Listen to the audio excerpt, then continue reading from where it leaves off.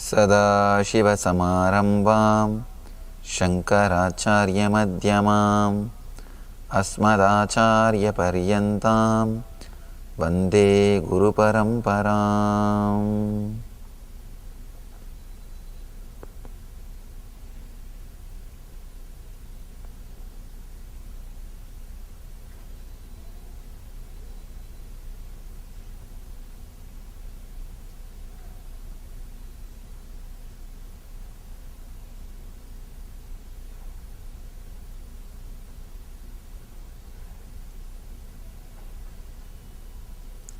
I welcome you all with my love and respects.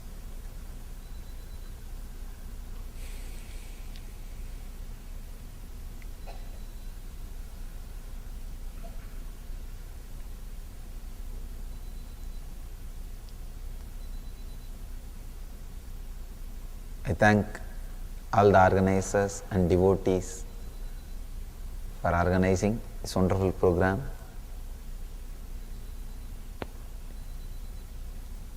Today, I am starting new series of discourses on Patanjali Yoga Sutra.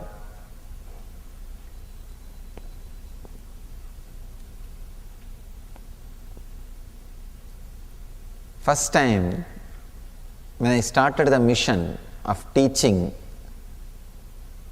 when I started sharing the spiritual knowledge, I was asked by our devotees, Swamiji, please give us 2-3 books which will be essence of all the spiritual knowledge, essence of all the spiritual traditions, essence of all the spiritual truths. I chose 3 books. One, Shiva Sutras. Another one, Bhagavad Gita. Third, Patanjali Yoga Sutra. I finished talking on both the books, Shiva Sutras and Bhagavad Gita. Now, today I am starting the series of discourses on Patanjali Yoga Sutra. Before entering into the Yoga Sutras, introduction, few words to introduce the great author Patanjali and this book. Every religion has 2 parts. One, the spiritual core, essence. The other, belief system.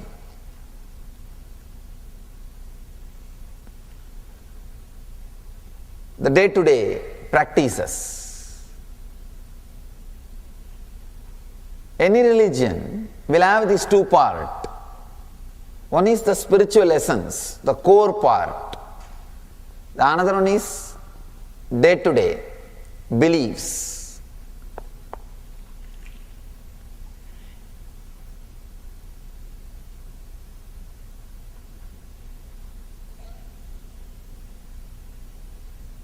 All the traditions, all the spiritual groups, all the religions will have these 2. In the belief system, they may differ. Whether you need to eat with right hand or left hand, or you need to stand and pray or sit and pray, or how many hours you need to sleep, how many wives you can marry. These day-to-day practices, beliefs. In the beliefs, they may differ.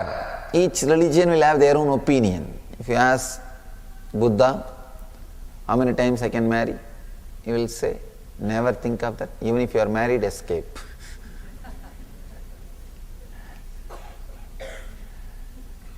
If you ask Shankara, he will say, don't marry. If you ask Krishna, marry how many times you want. Only thing, don't bother to count. So each one will have their own opinion. Each one will have their own ideas, the day-to-day belief system or the day-to-day things. But in the spiritual core, the essence, everybody accepts the basic truths. There are some truths which is accepted, experienced, expressed by everybody. That is what we call spiritual essence. The belief system is different, spiritual essence is different. Whatever masters believed led them to that spiritual experience has become belief system. Please understand. Whatever the masters who had the spiritual experience, whatever they believed has led them to that experience has become belief system. If somebody believed being unmarried led them to enlightenment, spiritual experience, being unmarried becomes a belief system to achieve that truth. If somebody believes fasting led them to spiritual experience, fasting becomes a belief system. If somebody believes worshipping some deity led them to that spiritual experience, worshipping that deity becomes a belief system. Whatever masters believe has led them to that high experience has become belief system. Always, from time immemorial,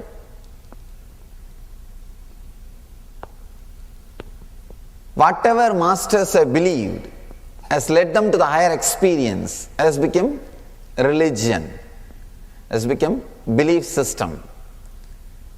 Here, first time a master has happened, master is expressing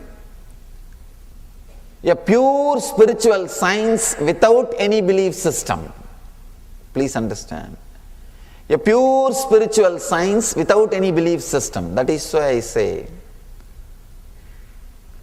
is the greatest master. Patanjali is the greatest master ever happened on the planet Earth. I can say, if I have to define the spiritual master,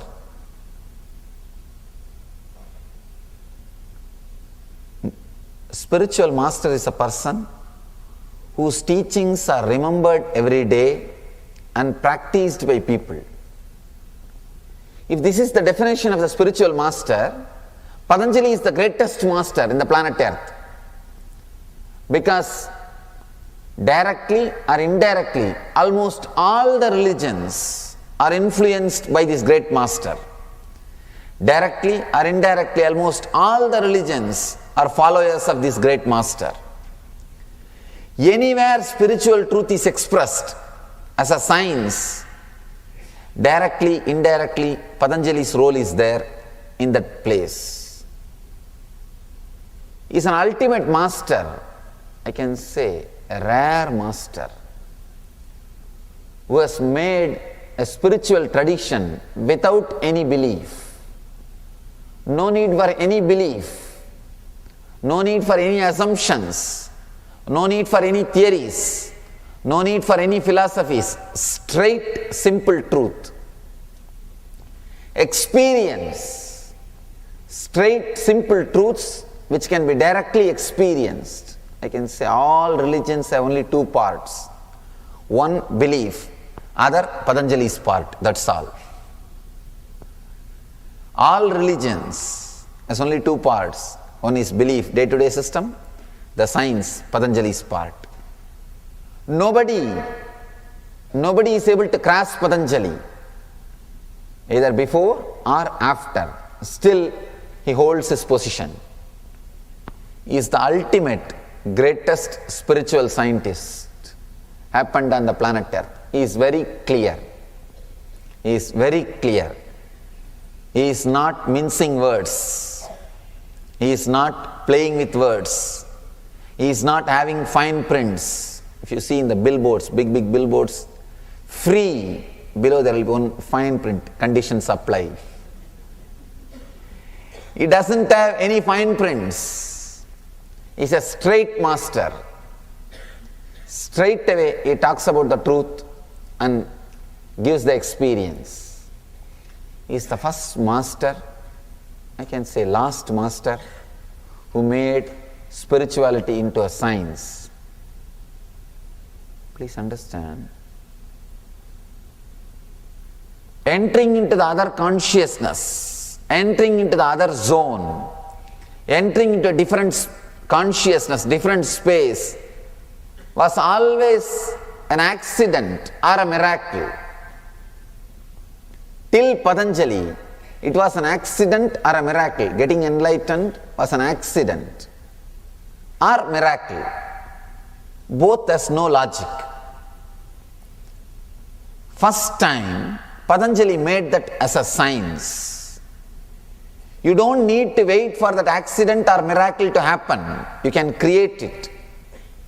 You can consciously work for it and achieve it.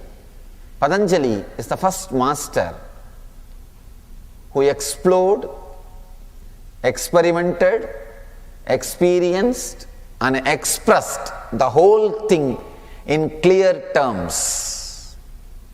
In very clear terms. All kinds of miracles, all kinds of accidents happens in the planet Earth with a clear cause and effect system.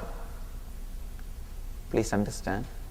He has not only explored the science of enlightenment, he has explored all the planes in which metaphysical experiences happens. Different kinds of experiences happens. He has explored everything, experimented, experienced and expressed. I want to give you one simple example. How many of you experience this one simple thing? Let me describe. You will go to a new place, new country or new friend's house. The moment you enter the house, suddenly you will have the feeling you have been in the same spot with the same person in the same space already at least once, and you know the whole place. Suddenly you feel, I know where master bedroom is, where puja room is, where the living room is. You know the whole map of that place, and you feel, I have been in this place already with the same person, same situation. Sometimes, suddenly when you are dancing in the party or with some friends, suddenly you feel somebody is going to come or something is going to happen in next 5 minutes. It will happen exactly. That same person will be there or that same incident will happen. How many of you have felt this kind of any experience at least once in your lifetime? Raise your hand. Understand? If it happens once in a while for one person, you can call it as coincidence. If it happens in so many persons' lives, so many times, how can this be coincidence? We have never explored. Have you ever thought how this is happening? Why am I feeling like this? What is the science behind this? No. We never thought about it. Even if you have thought, we don't have an answer. Patanjali has an answer. For every question related to this metaphysical plane, and the things happen in your psychological space, in your inner space, Patanjali has an answer. Great scientists not only explored the science of enlightenment, explored all different human experiences, all different spiritual experiences, all kinds of miraculous experiences, and all accidents. He has explored everything. Please understand, not only miracles, even about accidents. He has studied, he has mastered and expressed. Miracle and accident are almost one and the same. Both, you don't know the reason. If the result is favorable to you, you call that as miracle. If the result is you don't feel happy with the result. You call that as accident. But both has no reason in your ordinary logic. It has reason in your deeper layers. In the deeper space, it has logic. The incident which happens in your conscious plane, but the reason is unknown to your conscious plane, is what we call as miracle or accident.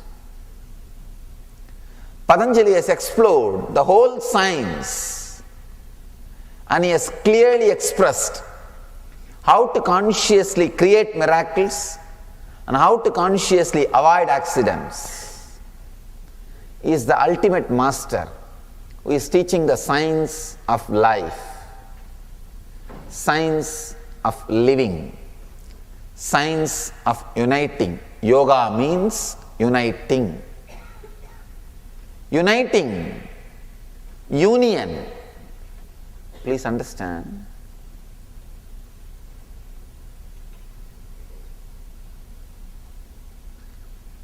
Uniting the individual soul with the cosmos, uniting the individual identity with the whole nature. Patanjali knows the whole science. He has experimented the whole science. He has experienced the whole science. He beautifully describes and presents the whole thing as a science in this one book. Sutra means with a minimum word, the ultimate truth should be expressed. Here, Patanjali, the great master, expresses in a very simple minimum words the ultimate science of uniting yourself with the whole cosmos and the science of all extraordinary powers, how to gain those extraordinary powers, and the science of how to avoid accidents. All possible accidents in your life. Disease is an accident. Old age is an accident. There are so many things which you don't want, which happens in your life. He has a clear science how to avoid all those accidents. He's the greatest master happened in the planet Earth to show the way of life to all of us. Few more understandings about Patanjali, about his greatness, about his work before entering into this great book. I am going to talk on this great book this whole year. This whole year I am dedicating to this great book.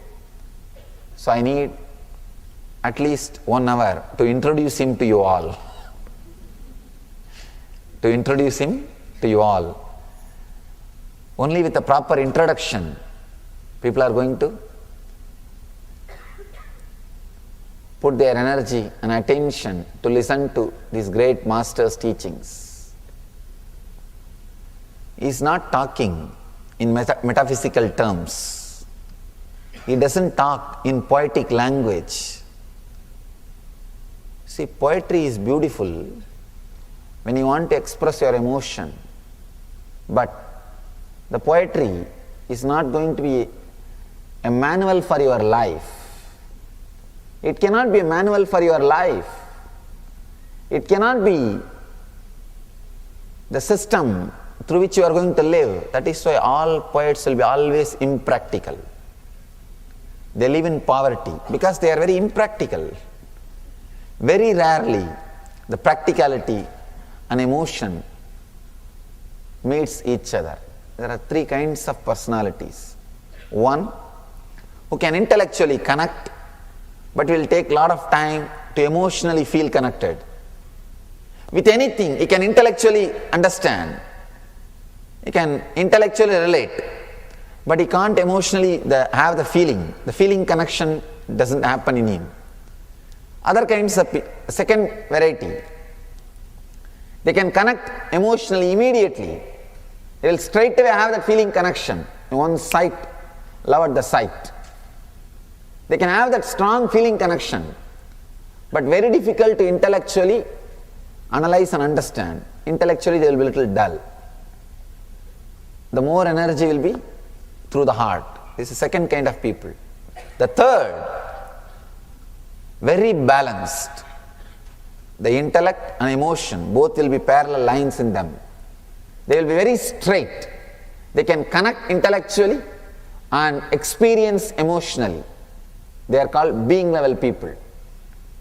Here, Patanjali is the solution for all these three kinds of people. He can very clearly connect with intellectual people. He can very clearly give experience to the emotional people, and he can straightaway raise the people who are in the being level. He is the complete solution. Patanjali is the complete solution for the whole humanity. He knows the language of logic. He knows the language of experience. He knows the language of being, consciousness. He can play all the three games beautifully, and he has played in this book. Patanjali is a great scientist. Scientist is a person who creates a formula to reproduce his experiences. The outer world scientist creates a formula to reproduce the understandings which happened in him in the outer world. The inner world scientist creates a formula to reproduce the same experience in all of us which happened in him in the inner world, which happened to him in the inner world. Patanjali is a great spiritual scientist. If you have mastered Patanjali, you can't be cheated. Please understand. The spiritual field, the biggest problem is you can easily be cheated by small powers, by small miracles, by small incidents. If you read Patanjali, if you have mastered Patanjali, if you have studied Patanjali, nobody can cheat you. Nobody can cheat you. You will never be diverted from your spiritual journey, because he talks about all possible diversions. He is literally a spiritual navigator. He is literally a spiritual navigator. He talks about all the possible dangers, all the possible diversions, all the possible miraculous powers. An example about the miracle. Suddenly,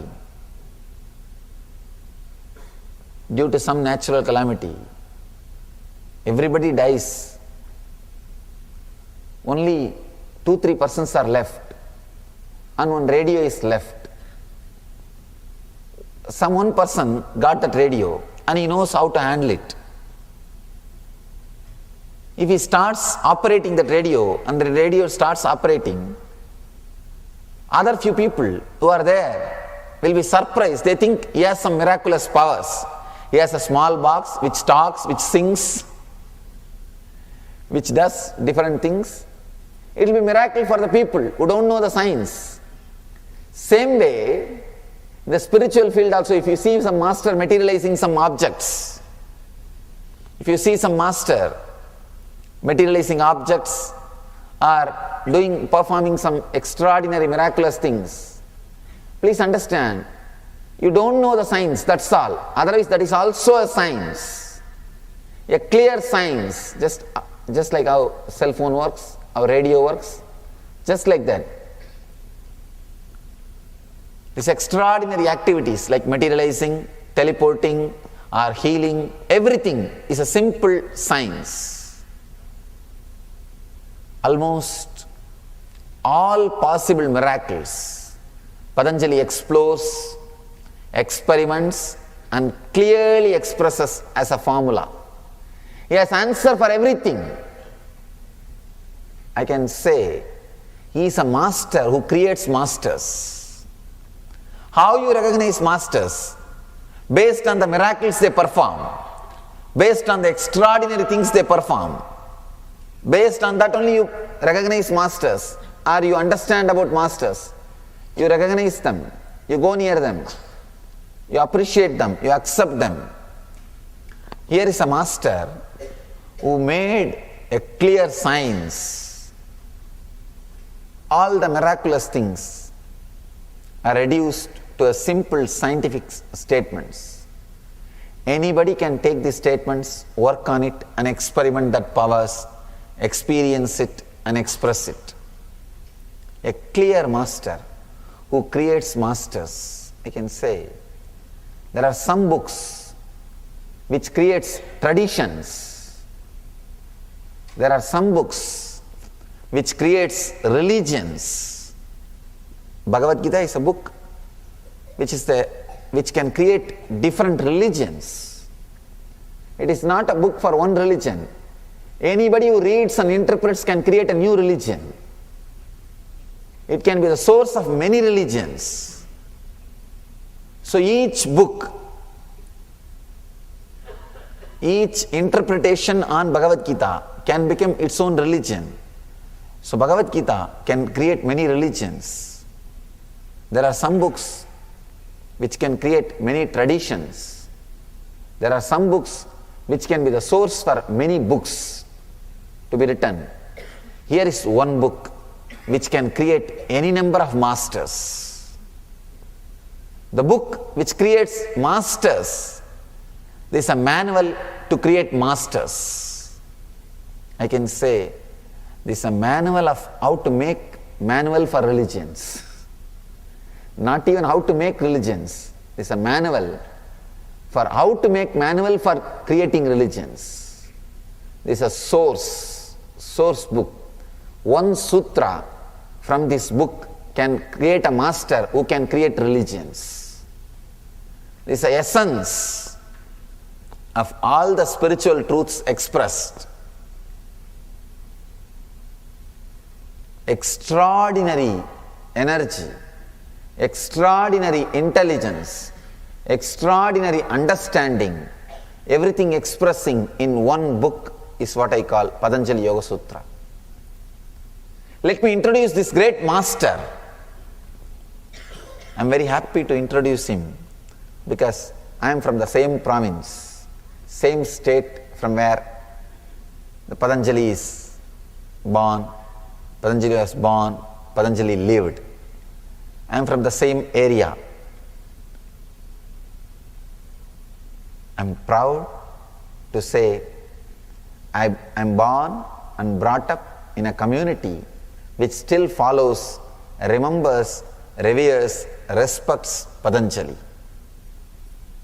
His teachings are still in the air. His words are still remembered. He is still respected. He is still worshipped. Thousands of years, we don't know how many thousands of years. We don't know how many thousands of years. Thousands of years before he was born, he lived as an extraordinary spiritual scientist, explored, did lot of research, analyzed, arranged all the great truths based on his own conscious experience and offered it to the world. People ask me sometimes, how do you know this book is written by Patanjali only? Please understand, anybody who can express such a sharp, such an amazing spiritual truths, he is already in Patanjali consciousness. He is already a great master. We don't bother about the name and form and date of birth and all those things. That is the greatness of these great masters. They don't leave their biography. They don't leave even simple hints about their biography. They are dissolved in their work. They say, if these great truths are remembered, that's enough. There is no need to remember the person who happened in the form as 6 feet. They have dissolved themselves into the great truths. They are completely, they disappear into the great truths. That's the greatness of these great masters. He was born in a place called Chidambaram in Tamil Nadu, southern part of India, and lived there, had his enlightenment experience of Shiva consciousness in Chidambaram, and attained Mahasamadhi, means left the body in Rameshwaram. He lived the southern part of India. Still, we have enough of records, enough of stories, enough of things to respect his memory, enjoying his memory, and devoted to his memory. I'll narrate the beautiful story, how he expressed these Yoga Sutras, how he expressed this great book. It's a very powerful story. Please understand. Understand this story. It's a very inspiring story.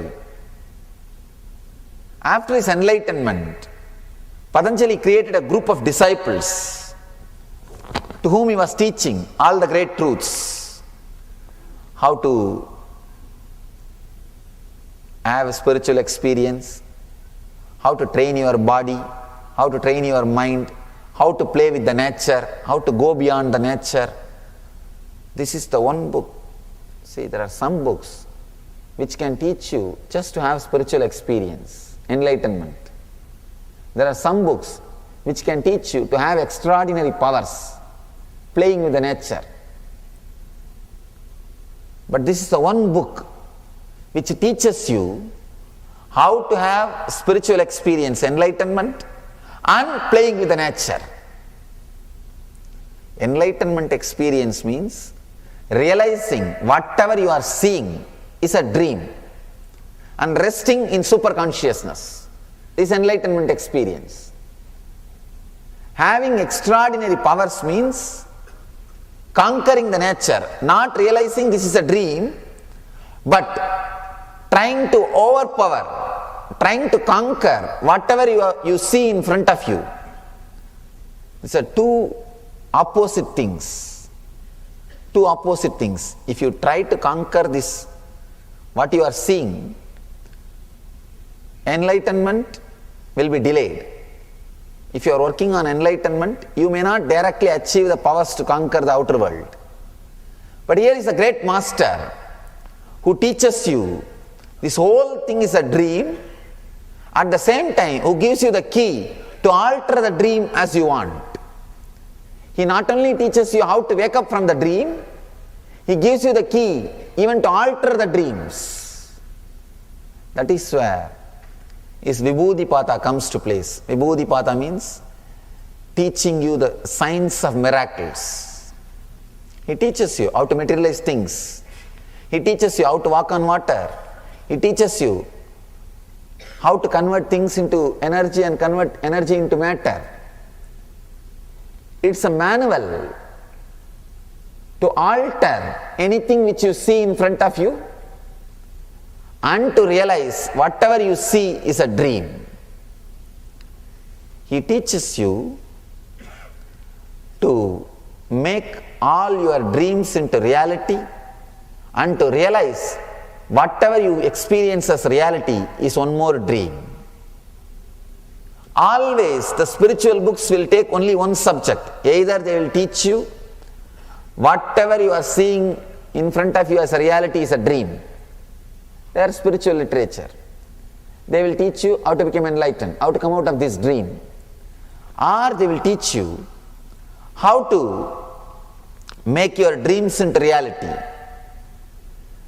There are literatures which will teach you how to express energy to make your dream into reality. There are some literatures which will teach you how to create intelligence, which will teach you to realize this reality itself is one more dream. Some books will give you Shakti, energy. Some books will give you Buddhi, intelligence. Here is a master who can give you both at the same time. He is giving you the enlightenment science and he is giving you the keys to change even the dreams, to change even your life situations, to change the matter with which you are living, to master the matter, is the ultimate master. After he became enlightened, he wants to deliver all he knows to the world. He is filled, pregnant with that energy. He just wants to deliver. He just wants to share. He wants to overflow. He wants to offer. But the energy is extraordinary, too much. The energy is extraordinary, too much.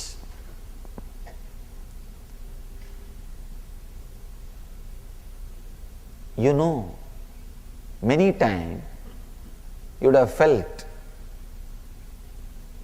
some experiences can never be shared through words. Strong experiences can never be shared through words. Even ordinary human beings, we feel strong experiences cannot be shared through words.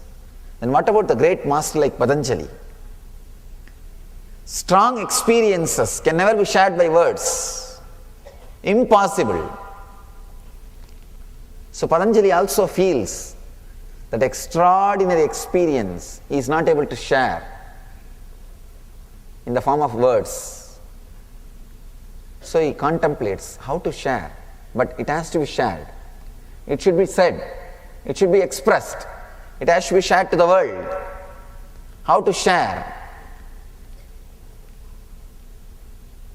He decides he will start talking through his 1,000 heads. Patanjali is said to be the incarnation of Adisesha, the great snake which has 1,000 heads, which has 1,000 hoods. Please understand, it's not mythological, it has a meaning.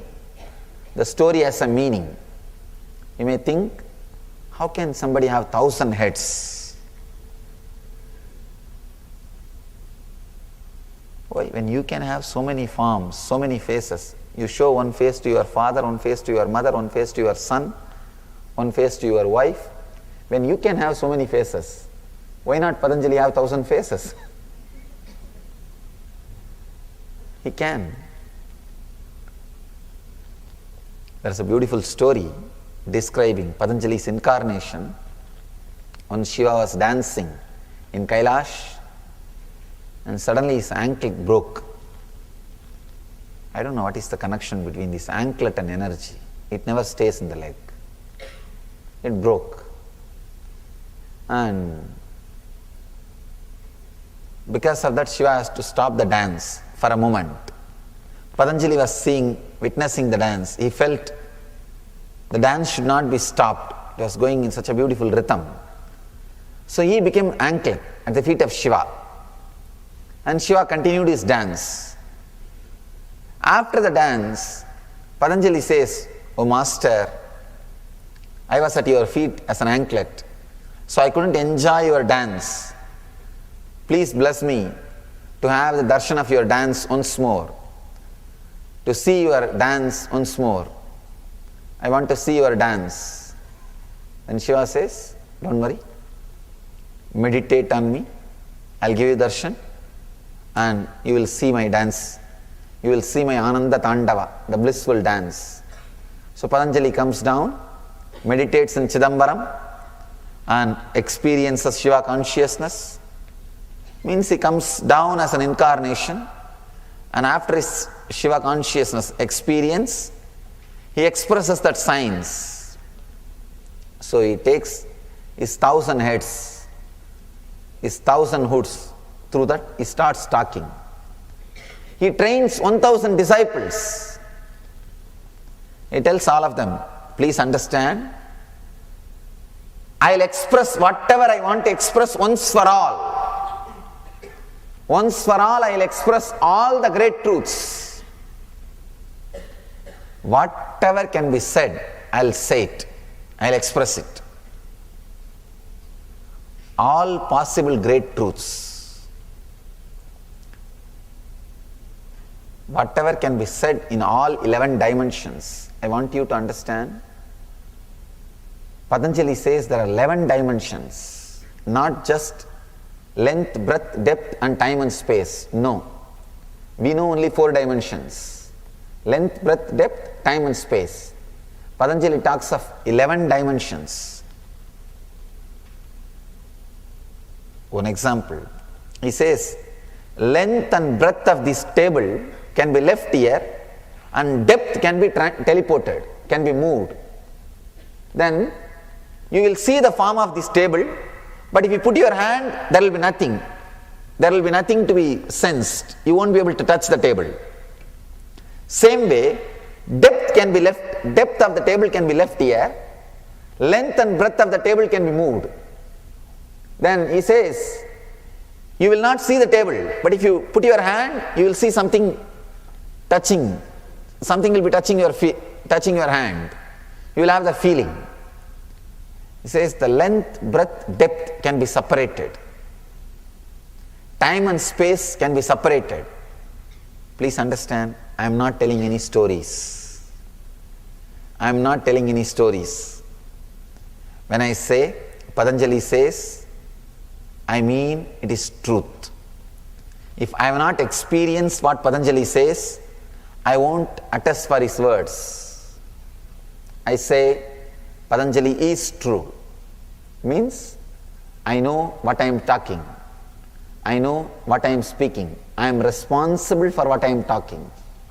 I am not telling you any mythological stories. I am not talking to you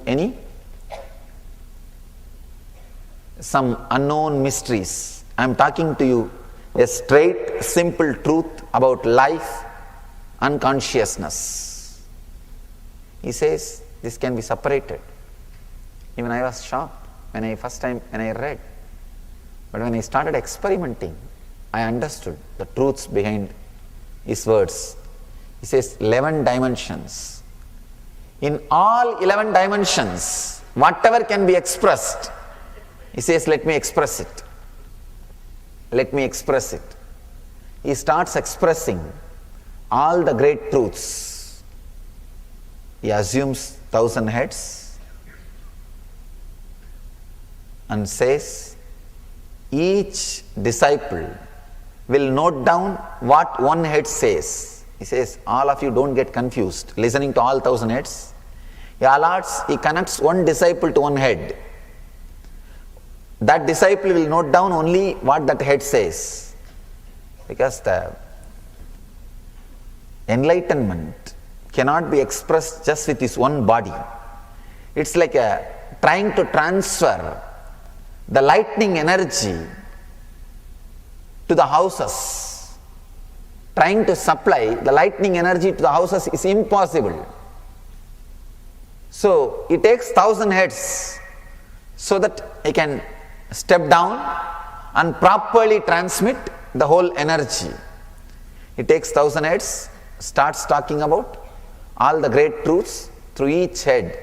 One head is talking about Vastu Shastra, one head is talking about astrology, one is talking about deities, one is talking about yoga, one is talking about meditation, one is talking about the different spiritual sciences. Each head is talking about one on spiritual science, one on spiritual truths. Suddenly, the whole group feels the intense energy they are not able to bear. They are not able to bear the energy. Then Patanjali says, all right, let me put a thick screen. He puts a big thick screen. And he says, now I will express all the truths. You only record, but never remove the screen. Because in this intense energy, if you remove the screen, you all may get burnt. So he puts a condition, puts a screen, and starts dictating, expressing all the truths. Understand, the story has many beautiful meaning behind the story. He expresses the truth. Disciples are sitting on the other side. Each disciple is connected to one head. He is noting down, recording whatever that head is saying, whatever is expressed through that head. So intense transmission is happening, the energy expression and the recording intensely happening. Almost the recording is going to be ended, means the teaching is going to be finished. End of the discourse, end of the recording, one disciple had a strong doubt, suddenly had a strong doubt. Master says he is talking through 1,000 heads and he is behind the screen, but I am listening only through one head. So I feel usually what he teaches, that is what I am listening. But this foolish disciple is not remembering. He usually heard from one head, now also he is listening only from one head, but 999 other disciples are listening to other different truths. He did not think from that angle. He thought earlier what he used to talk, now what he is talking, I feel almost it is same. I feel almost it is same. Then how come he is saying, don't remove the screen, I am expressing extraordinary energy, I am talking through 1,000 heads? I think these are all some stories. Maybe he is telling these things to inspire us, so that we will have more respect for the truths he expressed. He had some doubt, some disturbance. This is a big problem. This is a big problem with the disciples. When they are not completely devoted, they can cause big damage. They can cause big damage, not to the master, but to the truths which are delivered. Understand the scene. Patanjali, when he took his 1,000 head and started teaching, the disciples are unable to bear the energy expression. So he puts the big screen and says, each disciple record from one head. Whatever is expressed, don't remove the screen. If you remove the screen, you may get burnt by this intense energy, and starts expressing all the great truths. All the 1,000 disciples are recording. Almost it is about to over, the session is about to end. One disciple gets the doubt. Maybe master is sleeping the other side. He is not expressing through 1,000 heads as he claims, because I am listening as usual. When he talks through one head, what I listen, the same thing only I am hearing now, even now. He is not understanding. Master has made him listen only one head. The other 999 heads are heard and recorded by other 999 disciples. So he wants to verify. He wants to check. Very dangerous. Sometimes very dangerous. Finally, he removes the screen. Once he pulls the screen, the intense energy being radiated, all the 1,000 disciples, they became enlightened and got burnt. Whole thing, all the disciples and whatever was recorded, whole thing got burnt. Patanjali suddenly realizes what happened. The whole thing got burnt. And he comes down. He relaxes. He comes back to his normal energy, normal position, and feels deeply, oh God, what happened? The story says for more than 1,000 years they were recording. 1,000 heads were talking, 1,000 years it was getting recorded. The whole effort, now waste, gone. He feels so sad. He says, oh God. It's like practically you put your whole life and do a research and development.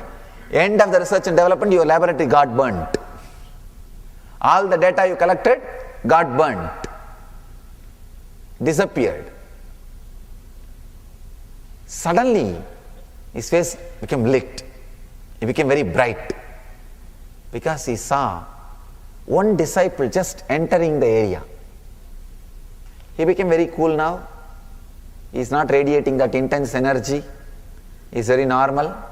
He saw one disciple walking. He was jumping in ecstasy. The extraordinary joy. He went and hugged the disciple. Asked, how did you survive? What happened? The disciple said, I went to attend my nature calls. I went to attend my nature calls. The story says, whatever that one disciple recorded, that one part is what we now read as Patanjali Yoga Sutra.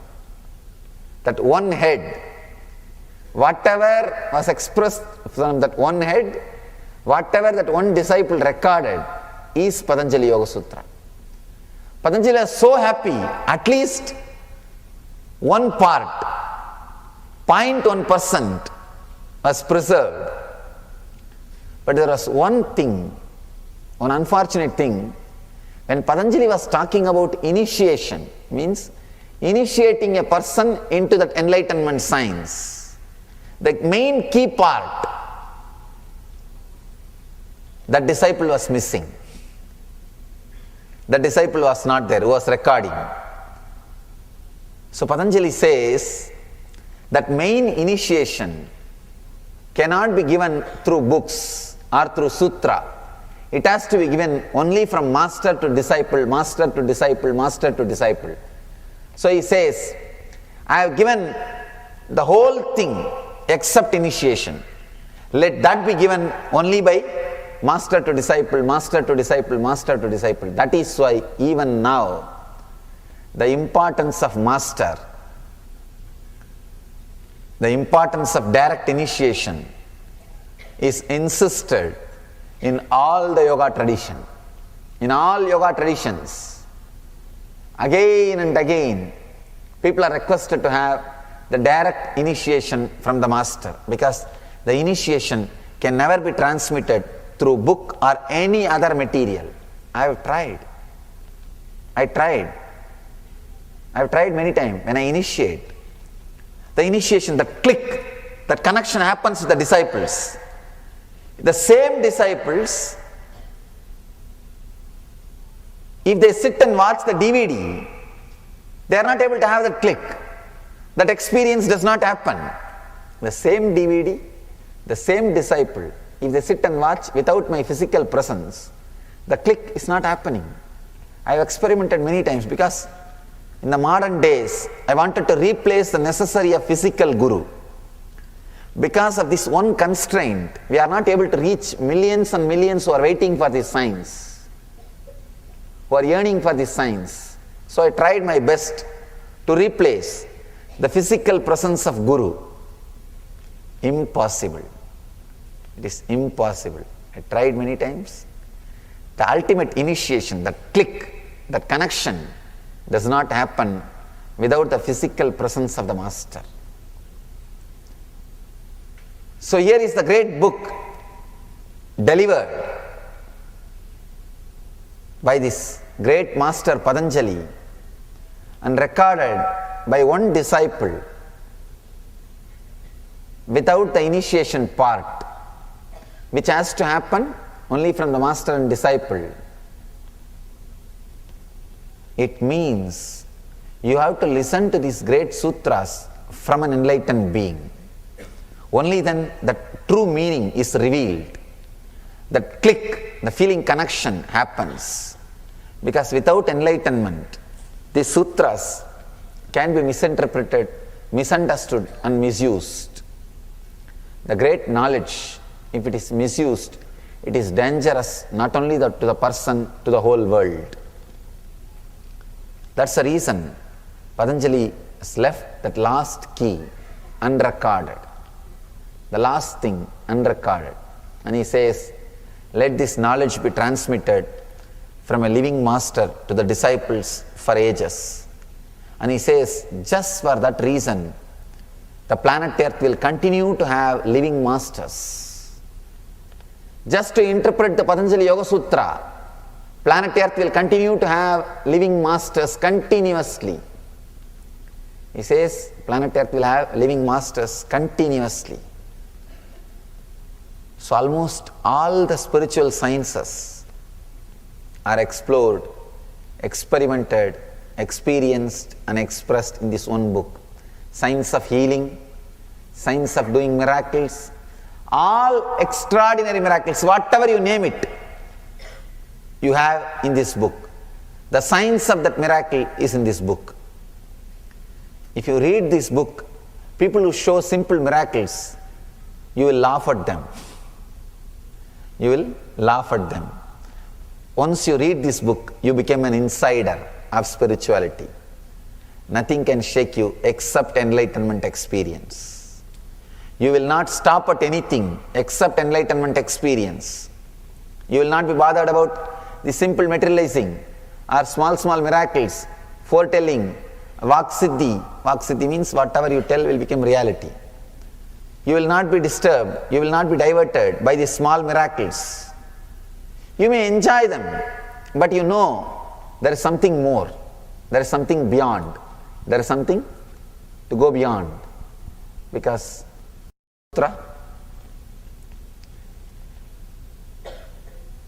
let's pray, let us feel connected to that great master Patanjali. Please close your eyes. Sit with a deep, prayerful mood. Remember the great master Patanjali.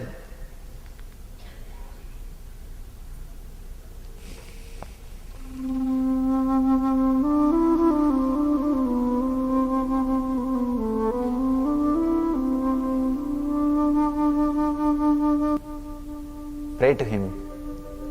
Let his great Sutras be experienced by all of us.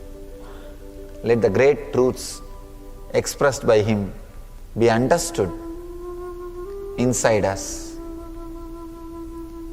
Let us all experience the great truths expressed in this book.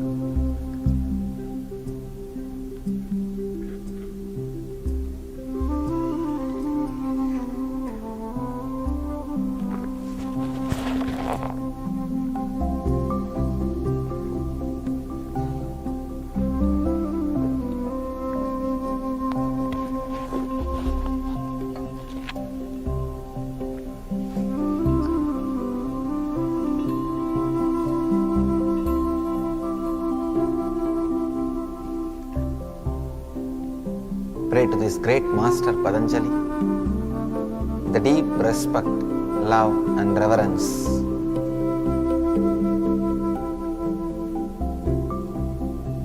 Let us understand the great truths.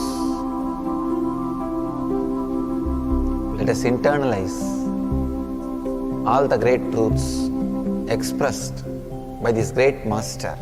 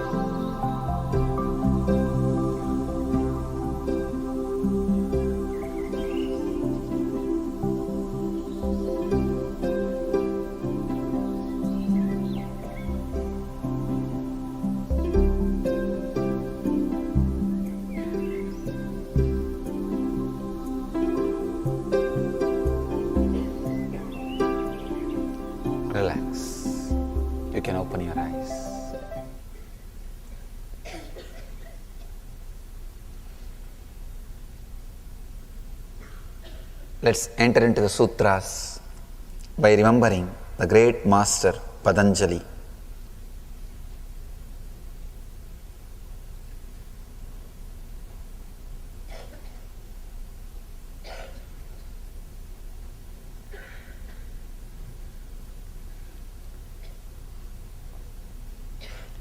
The first sutra, beautiful sutra, Ata Yoganusasanam.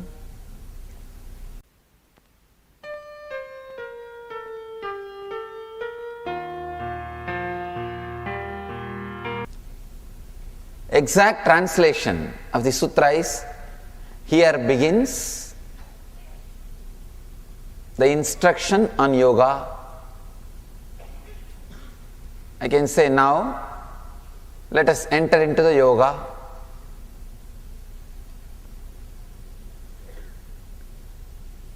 Patanjali is a great master. He doesn't use unnecessary words. You can't edit him. He uses very minimum restricted words.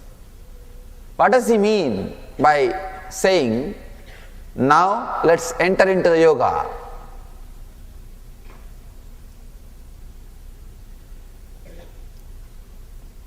Please understand, to enter into the zone of yoga, to enter into the teachings of yoga, you need to be in this moment, now.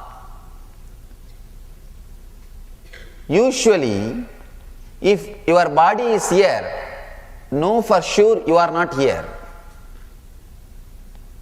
That's the state of the mind we are living. Morning, the moment you get out of your bed and put the brush in the mouth, you are already in the office, thinking about office. If you are sitting in the office and working, you are already in the beach, evening. If you are sitting in the beach and enjoying the breeze, already you are in the house, back. If you are back home, sitting in the house, already you are thinking about next day morning office. If your body is here, you are not here. Patanjali says, no, come down, be here. I know the science. The child has experienced what Patanjali says is Ata Yoganusasanam.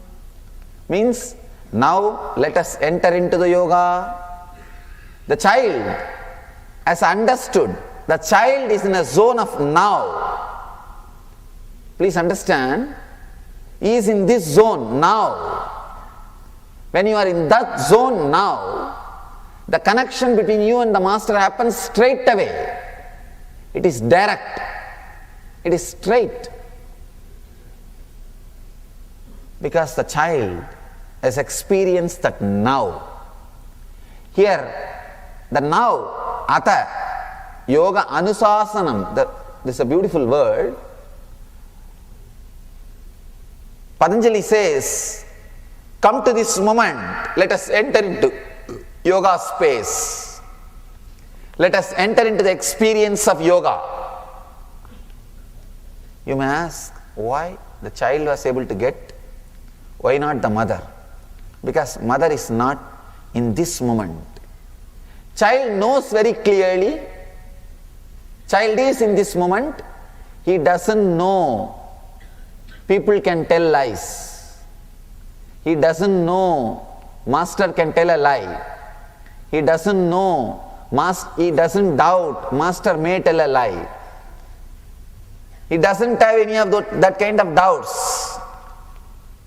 He knows very clearly he is an enlightened master. If he says, it will become reality. That's all. He is not believing for some reason. We also sometimes believe, if I believe only then it will get healed, let me believe. If it doesn't happen, I think I shouldn't have believed. Even our belief is a business. Even our belief is a business. Patanjali says, come to now. See, he is not saying believe, no. Be straight. If you can believe, see, if it is a straight thing, it can't even be called as belief. It can be called as belief only one corner of your mind if you have a doubt. If there is no doubt, it can't even be called as belief. It's a straight truth, straight experience. People asked me, Swamiji, are you not surprised? I said, no. I know the science. It is not miracle, it's a science. Swamiji, then why did you not give it to the mother? Because she can't connect. Please understand, for miracle to happen, you need a proper connection. You need a beautiful space to be created. You need a strong feeling connection between the two persons. Only then miracle can happen. If there is a strong feeling connection between two persons, in both consciousness, in both souls, different space will be awakened. For example, when you fall in love with somebody, suddenly a different dimension of you which was unknown to you will be awakened. You will start sacrificing more. You will start becoming more joyful. You will start becoming more sensitive. Many unknown dimensions of your own being will be awakened by the other person. The same way, in other person also you will awaken many dimensions. Beloved is a person who awakens unknown dimensions inside you. When the feeling connection happens, if it happens between two ordinary human beings, the unknown dimensions are awakened. It's called love affair. Please understand, beloved is a person who awakens the dimensions which are inside you but unknown to you. Same way, master is a person who awakens the unknown dimension of enlightenment in you which was unknown to you. In that small boy, the feeling connection has straight away happened. He is in the being level. He is neither struggling with intellect nor struggling with emotion. He is straight. His intellect and emotion are parallel lines. Straight. He is connected. The being level connection has happened. So miracles are automatically happening. It is not even done by me. Anything done is a work, not miracle. Anything happens is miracle. It was not done by me. It just happened.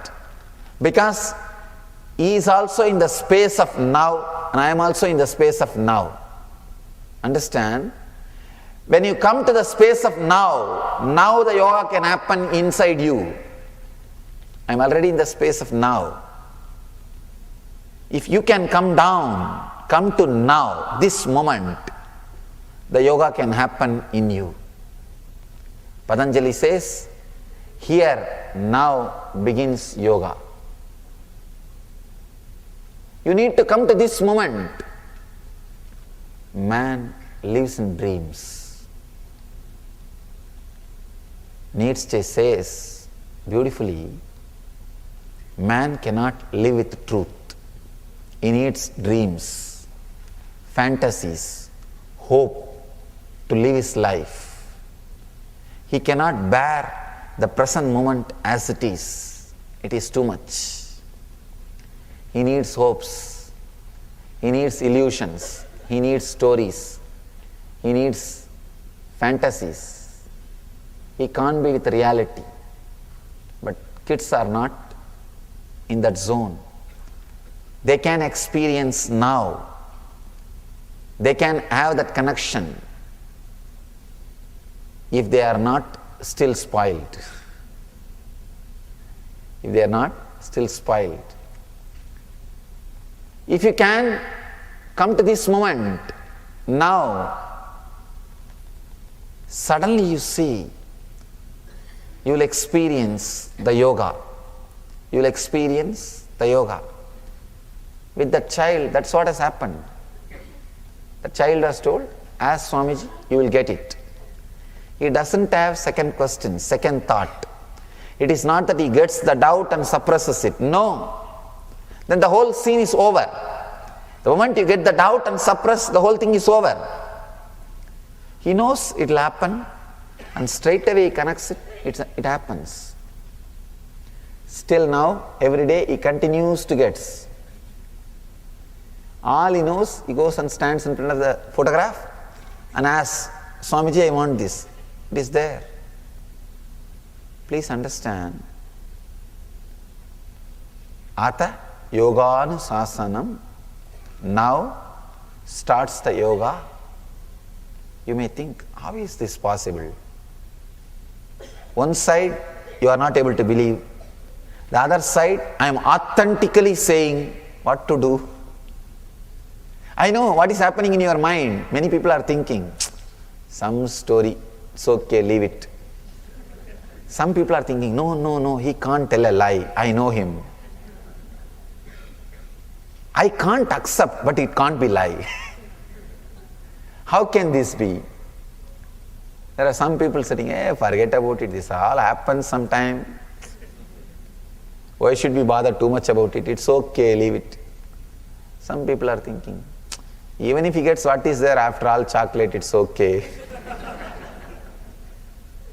Please understand, I am using that story to make you understand this truth.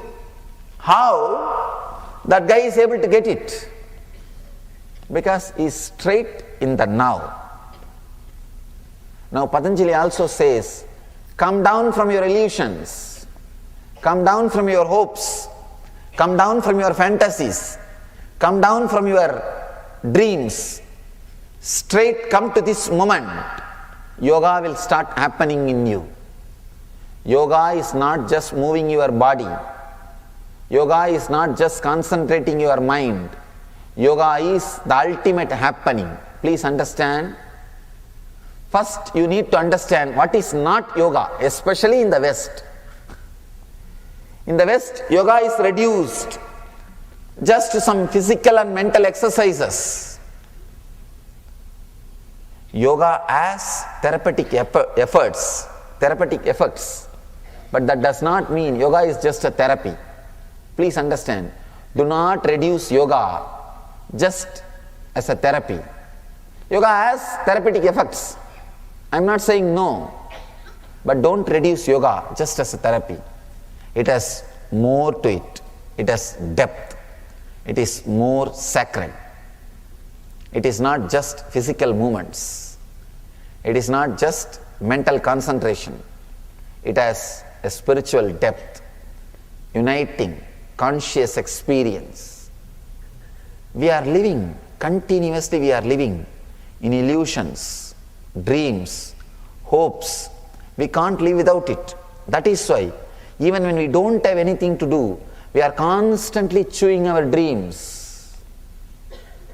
We are constantly chewing our illusions. We are constantly chewing our fantasies. That is what I call Maya.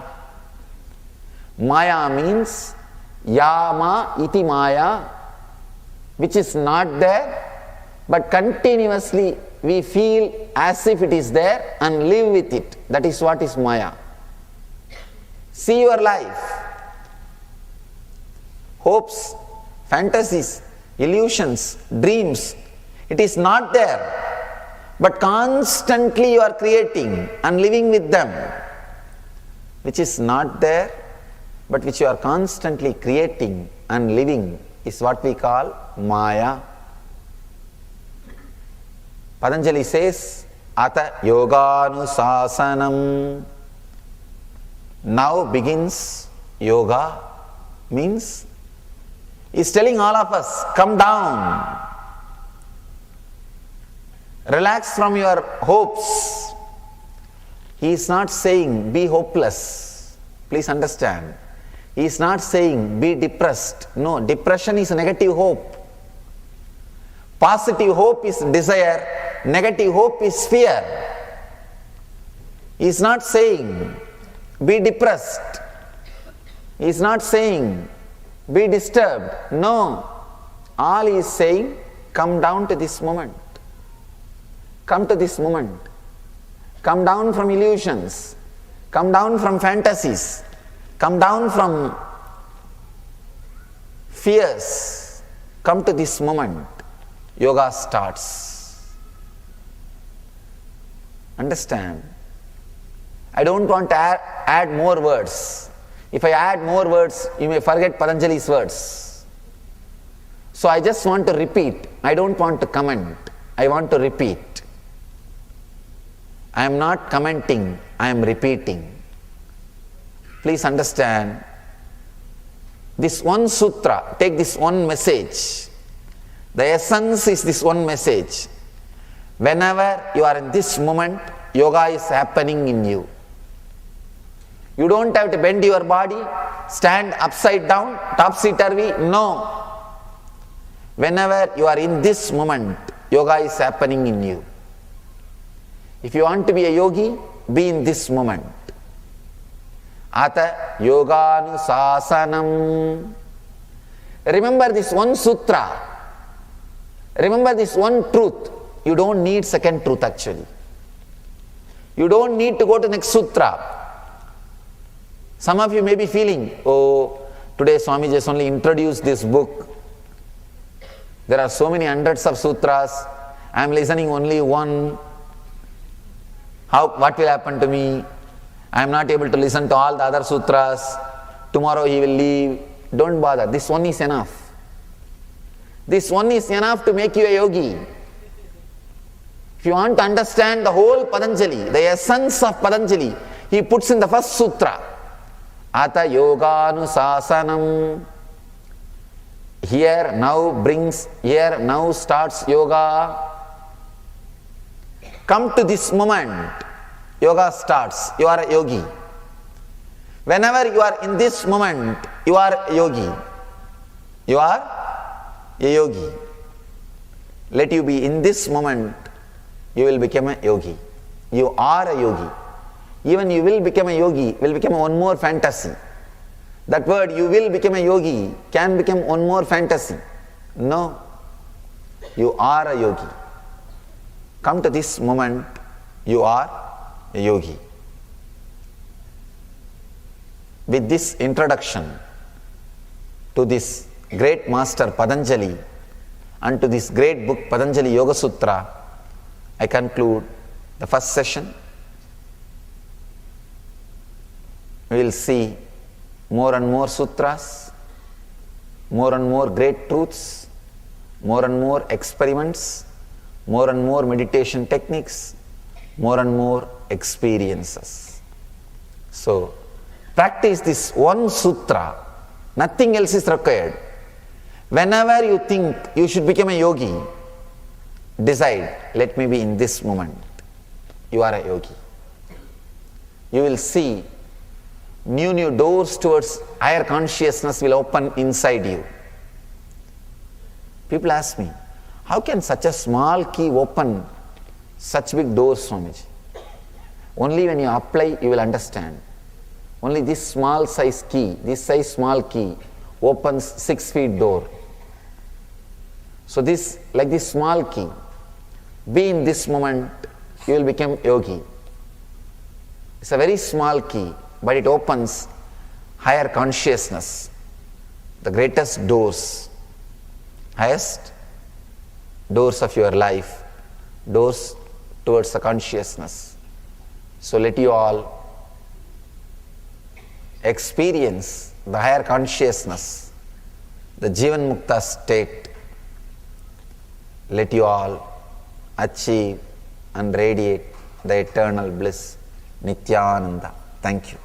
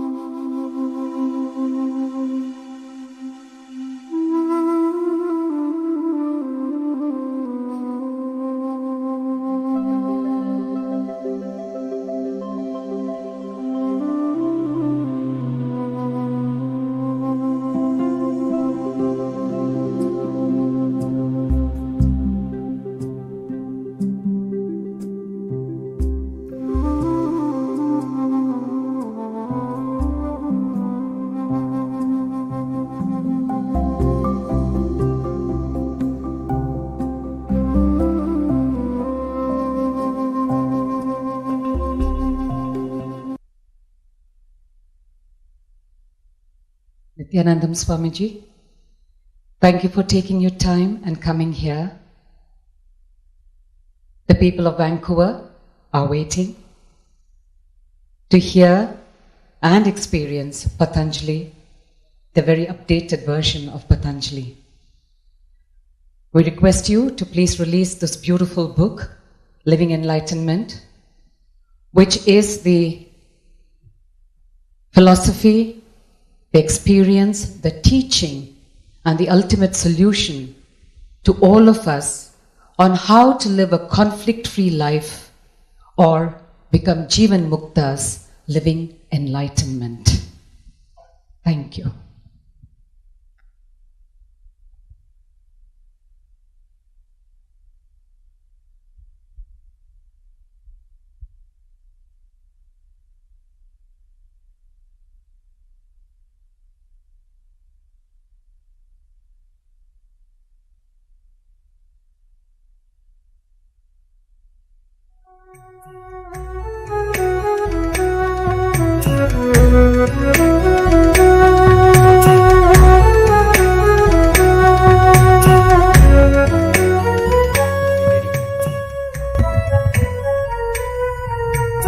We dedicate this year for living enlightenment. All of you might have heard my message. This year my message is live enlightenment. Dedicate this year for living enlightenment. Whatever I have said, saying, yet to say, want to say, may not say, essence of everything I have put in this one book. It's a book personally I sat and wrote. Usually all my discourses gets transcribed, comes out as book, but this I spent a little more time and energy. Personally sat and wrote in my mother tongue, Tamil. This book sold 250,000, means 250,000 copy before release, the pre-release.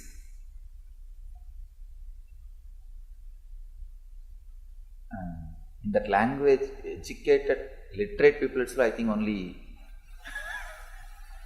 maybe some 5 million. No, total population is 6 crore. Educated must be something like 40%. I was surprised to see. Now, in all the international languages, it is getting translated. I sincerely recommend all our devotees, disciples, seekers to spend at least 10 to 15 minutes every day with this book. It can constantly rejuvenate and give you more and more deeper insights into living enlightenment.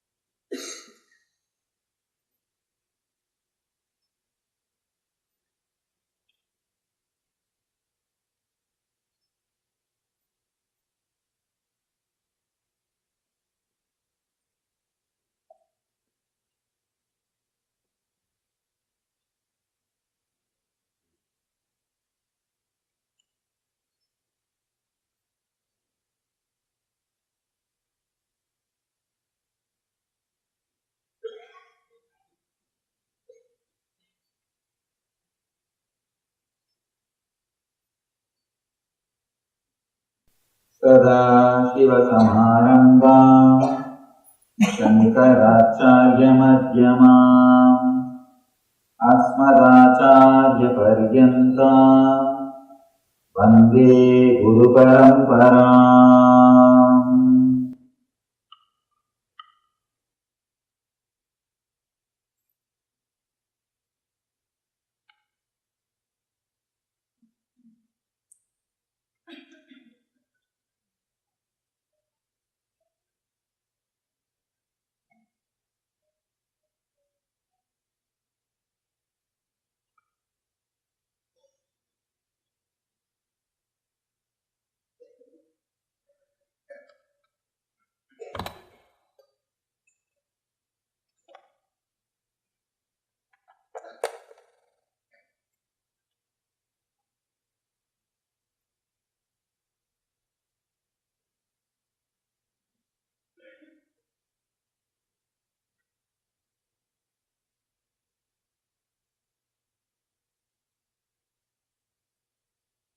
Welcome you all with my love and respect.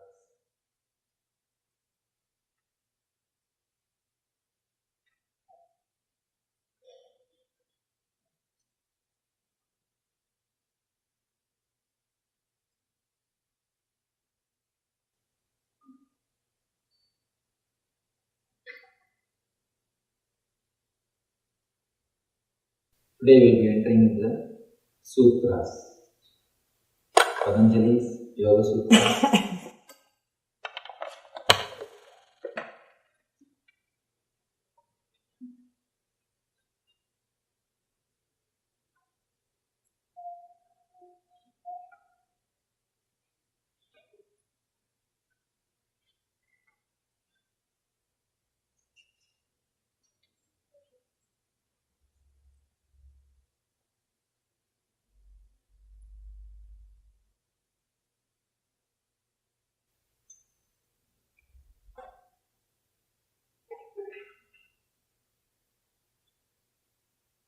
Talking on Yoga Sutras is not only an intense experience for all of you, even for me it is an intense experience, because this is the one book I have heard and studied directly from a master.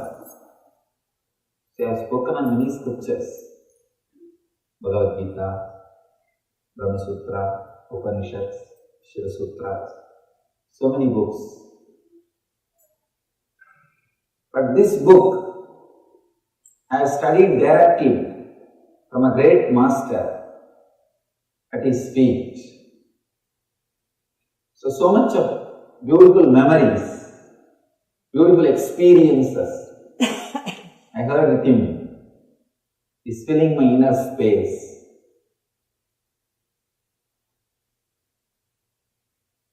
One incident before entering the Sutra, one incident which happened, the master who taught me this Yoga Sutras. There's a beautiful sutra, the first sutra, which says, Ata Yoganusasanam, now begins yoga. Now begins the experience of yoga. One day, my teacher, his spiritual name is Yogi Yogananda Guru, and people call him as Prabhupada Yogi. My biography would have read, would have seen his name. One day morning, he told me, just sit. I sat. He told me, till I said, don't move. I just sat. Started making sit for 5 minutes or 10 minutes, preparing the body and mind for initiation. So I sat. Anyhow, 10 minutes over, half an hour over, 1 hour over. I am sitting, I am a small boy, very small boy, maybe 5, 6, not more than 5, 6, 5 or 6.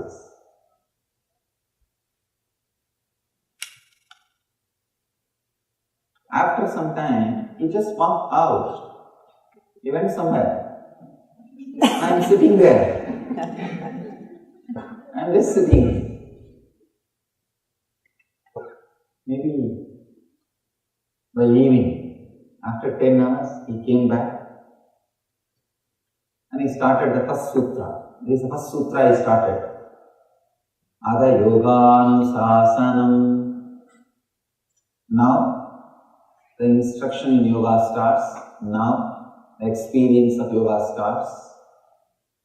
I asked him, what do you mean by this? He says, qualifications.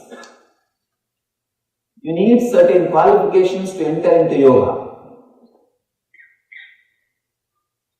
I asked him, what are the qualifications? He said, don't worry, I already tested you. I already tested you. From morning till now, I asked you to sit and you just sat. That's the qualification. You don't have to bother about qualification. He started. This word, Ata Yogam Sasanam, now begins the instruction on yoga. Now,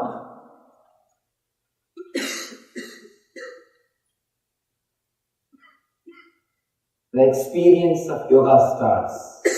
I have few translations. Vivekananda says beautifully, now yoga is explained. Each master translates in his own way. The exact translation is, now the experience of yoga. Let us understand this word. Because Patanjali wants to make it very clear. Patanjali is the master of this Yoga Sutra.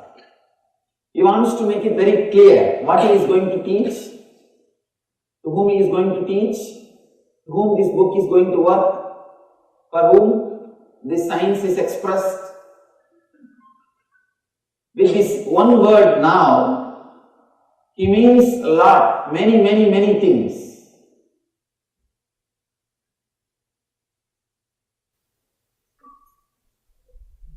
Unless you understand this now, experience in yoga may not happen. You may have intellectual knowledge, intellectual idea, but experience may not happen. For the experience to happen, you need to understand this word now. First thing, you need to come to this moment now. Second thing, yoga is not just an ordinary therapy. You need to understand the depth of yoga science. It is not just to heal your knee pain or back pain. It heals. That is different. That does not mean it is only for some therapy purposes. And yoga is not to help you to escape from poverty. It helps you. But it's not just that much. It really transforms your life. When your life is transformed, you escape from everything negative. Whether it is poverty or abusive relationships or disease or whatever is negative. You escape from it. You move beyond it. But that does not mean yoga is just for this. Yoga has something more deeper meaning, more deeper experience. Understanding that yoga has a depth, is a basic requirement to enter into this experience. There are many different ways the book starts. In India there is one more book called Brahma Sutra, the aphorisms of philosophy, the superconscious philosophy. That book starts with the word Atato Brahma Jignasat, means now let us inquire into Brahman. Now let us inquire into existence. But here, Patanjali is not saying now let us inquire into. No, he says Ata Yoganusasanam. Now let us experience yoga. So he takes you for granted. The moment you open this book, he says, I take you for granted, you are a sincere seeker. Let us start the work. I am not interested in wasting your time or wasting my time. He is very straight. He is very straight, straight away using the words, straight away putting the things across. He is not interested wasting time. Straight away he says, now I think, or now I take you for granted. Now I know you are interested in sincerely experiencing the yoga. Let's enter into yoga.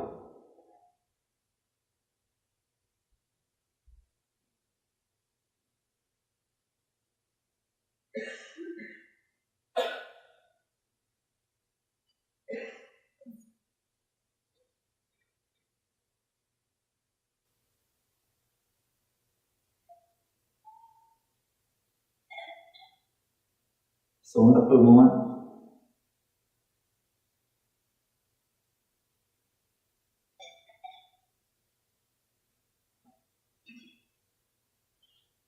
Let's take a few moments to remember and respect, revere all the great masters from Sadashiva, Patanjali, and all the great masters who did research and development and expressed this great yoga philosophy. I remember and revere all of them before entering into this great Sutras.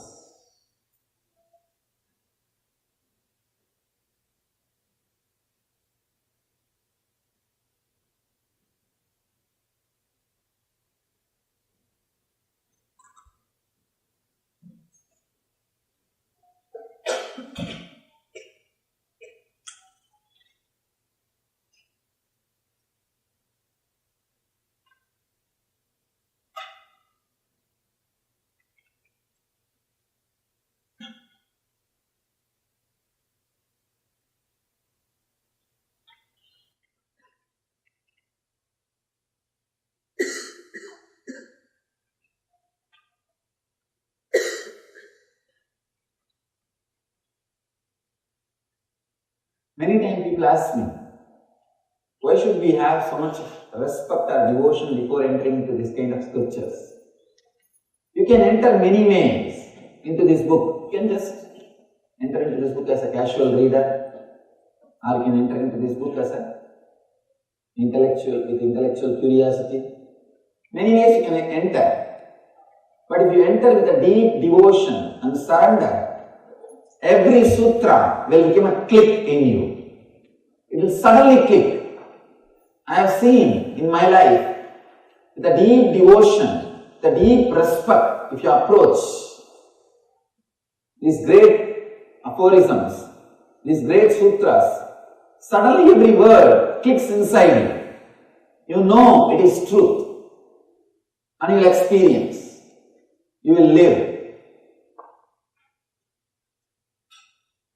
The first sutra, let us enter into the first sutra. Yoga Chitta Vritti Nirodha. The translation is, withdrawal from mental thought patterns is yoga.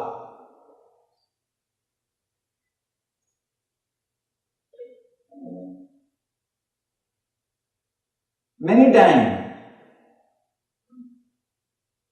when these truths are expressed, people who come with a deep devotion and respect, suddenly the click happens.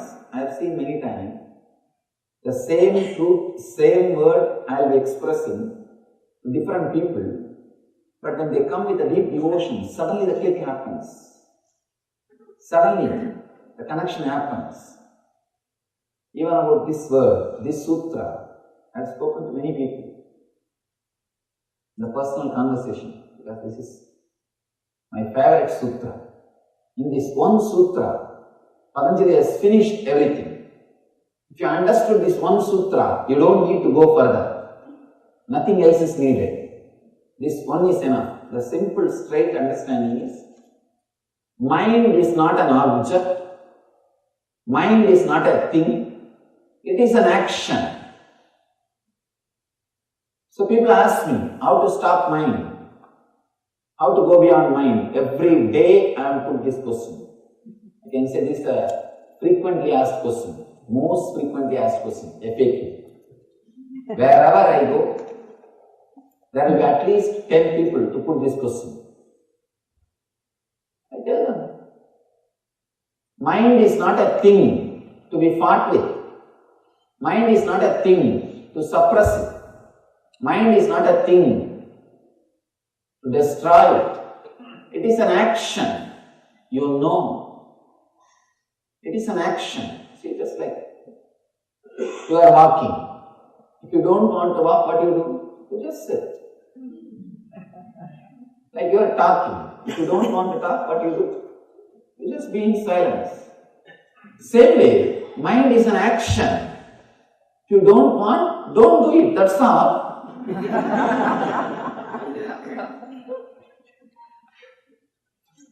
But our mind says, no, no, no, I have tried many things. I have tried many times. My experience is equal to your age. Now people come and tell me, the professional seekers. Now they come and tell me, no, no, no, I have seen, I have tried, you don't know. No, I sympathize with your trying. I sympathize with your practice. I am not disrespecting you. I am not condescending. But please understand, it is a simple action, a subtle action, you are doing it. Is there anybody else doing it inside? No.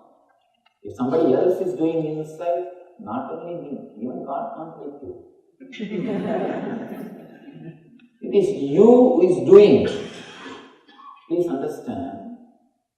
It is you who is doing. So it is a simple action. When you don't want, just stop. That's all. You say, no, no, no. We tried. And after some time it comes back. Be very clear. Now this moment, if you don't want, stop. After a few moments, if it is starting, you wanted it. That is why it is starting. You forget, you have started it again. So when you want, switch it off. When you want, start. Please understand, if you understand you are starting it when you wanted it again, at least you will have respect on your decision, your will. Have simple clarity. Look inside. When I want, I am starting. When I don't want, I am relaxing. This moment, you don't need to bring all the philosophy, all the ideas you have about mind. No, no, no, mind means filled with engrams, filled with thoughts. It will be continuously erupting out, it can't be controlled, it is negative. We are fed with so much of poisonous thoughts about mind. Relax from everything. Understand the simple thing. Mind is a subtle action. Just like walking is your action, talking is your action, mind is an action. When you can stop walking, talking, why not thinking? It is your action. Decide this moment, it is my action. Let me stop, that's all.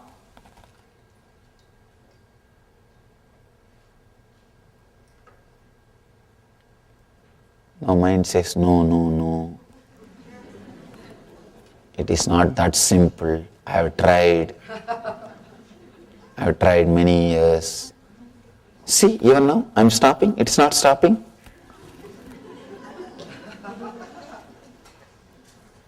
Understand. Do not create that full statement. I am stopping, it is not stopping. Then you are not stopping. I am stopping. That's all. Then again, I want to tell something or I want to do something. That is why it is starting again. So look little in.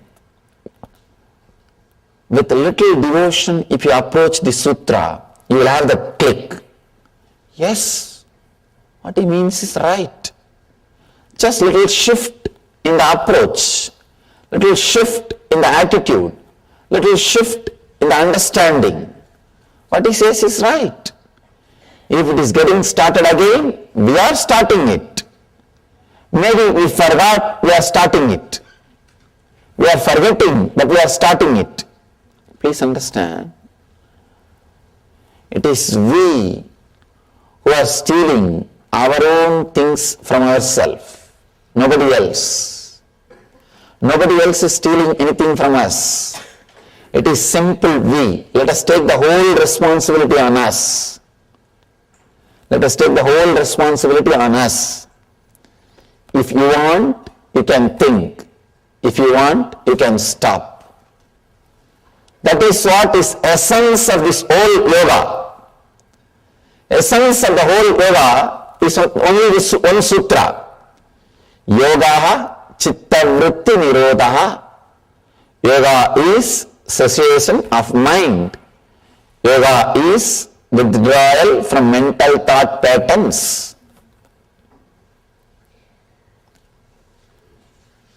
Mind is not a thing. It is an action. If you are sitting, did you ever ask, what happened to my walking? I was walking 10 minutes before. You don't ask. Because you know, by sitting, you stop walking.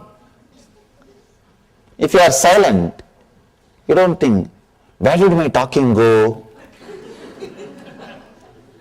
I was talking 5 minutes before. You know, you were talking earlier, now you are silent. That's all.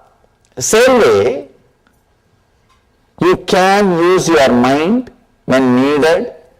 You can switch it off when not needed. And you can start again when needed. I want you to know an important truth. My master told me beautifully, usually we always understand mind is bigger than brain. That's what we think. My master told me very beautifully and he gave me a very deep insight. He said, can I request you not to video record or photograph? If you have done anything, can you erase it?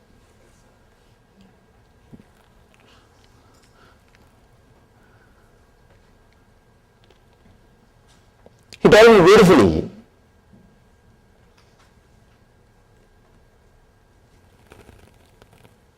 one action of brain is mind. I was shocked. I was shocked when I heard. He says, one action of your brain is mind. With the leg, you can do many things. Walking is one action. You can do kicking or playing. So many other things can be done with the leg. Walking is one action. Same way with the hand. Eating is one action. So many other things can be done by the hand. Eating is only one action. Same way, he says very beautifully, thinking is a one action of your brain. Mind is one action of your brain. I was shocked. We always think brain is just physical, mind is subtle, because of that mind is more powerful than the brain, and mind is everything. When I started experiencing, I understood true. Mind, what you think as mind, what you experience as mind, is only one action of your brain. See, if I realize moving is only one action of my hand, I can relax. If I want, I can move. If I want, I can relax. Same way, thinking is only one action of my brain. I can start when I want, I can relax when I don't want. Understand this one truth. Thinking is one action of your brain. If you want, you can relax from it. You can rest from it.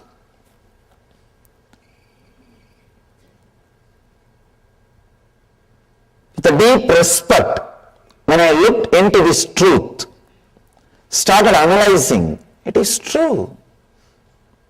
It is true. When I learned how to be silent, I understood. Even when you are silent, your whole body is functioning. It means mind is only one part of your brain. Without the mind also, brain is able to operate your day-to-day life. Brain is able to live your life, I can say, in a much better way. In a much better way. Without having what you call as mind and living your life is what I call living enlightenment. That is the essence. Realizing mind is only one part of your action, mind is only one part of your brain, and living without that part or living independent of that part. When you want, you can switch it on and use. When you don't want, you can switch it off and relax. Living independent of that part is what I call living enlightenment. If your mind is part of your brain and you have a courage, clarity to switch it off when needed, switch it on when required, it is your slave. It is under your control. If it is otherwise, if it is an industry, then please understand, you are slave to it.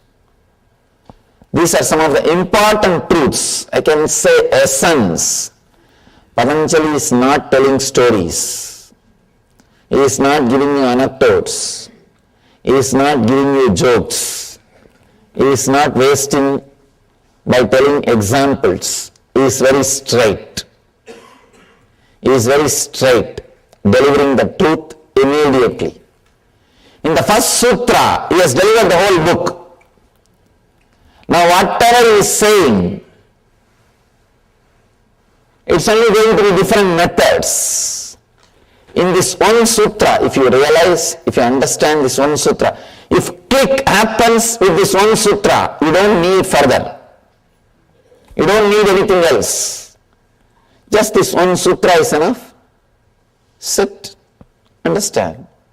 Mind is an action, my own action. I can stop.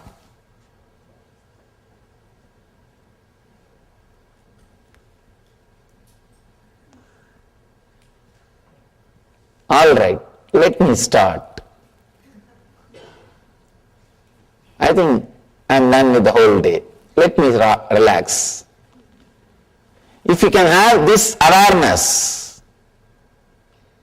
if you can just have this one awareness, nothing else, whenever action is performed, you wanted it. Whenever you want, silence can be created. This one understanding, if it clicks, please understand, if it clicks, you don't need anything further. You are qualified for yoga. These two sutras, first sutra, Ata Yoganusasanam, now let us enter into the experience of yoga. And second sutra, yoga is cessation of the mind. These two sutras need to be understood. If this second sutra gives you the kick, you are qualified for yoga. If you are qualified for yoga, the second sutra will give you the click. If you have objections. No, I don't think it is so easy. I have tried this, I have tried that, I have tried many methods. I know that it is not that easy. My mind is filled with negativity. May not be your mind, Swamiji. You are born and brought up in a very spiritual situation. You don't know about my mind. How much of conditioning and problems I had. I had a very abusive childhood. Still I don't understand that word. Sorry to say that. Wherever I go, people say I had abusive childhood. What do you mean by that word?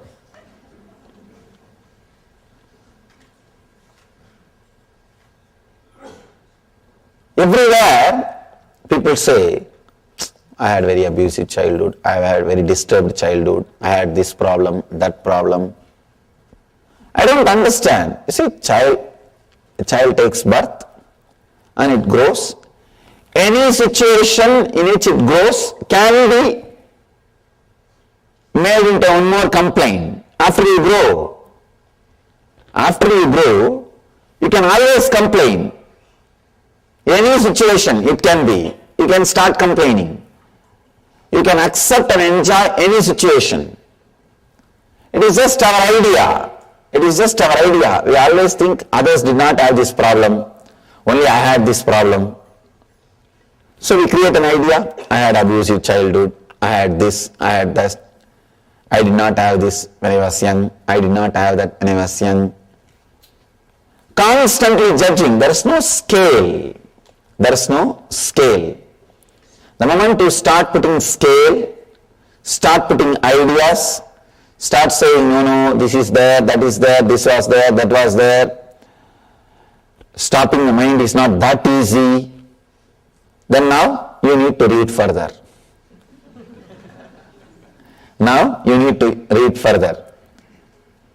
Very rare, devoted beings straight away get the kick the moment truth is uttered in its pure form.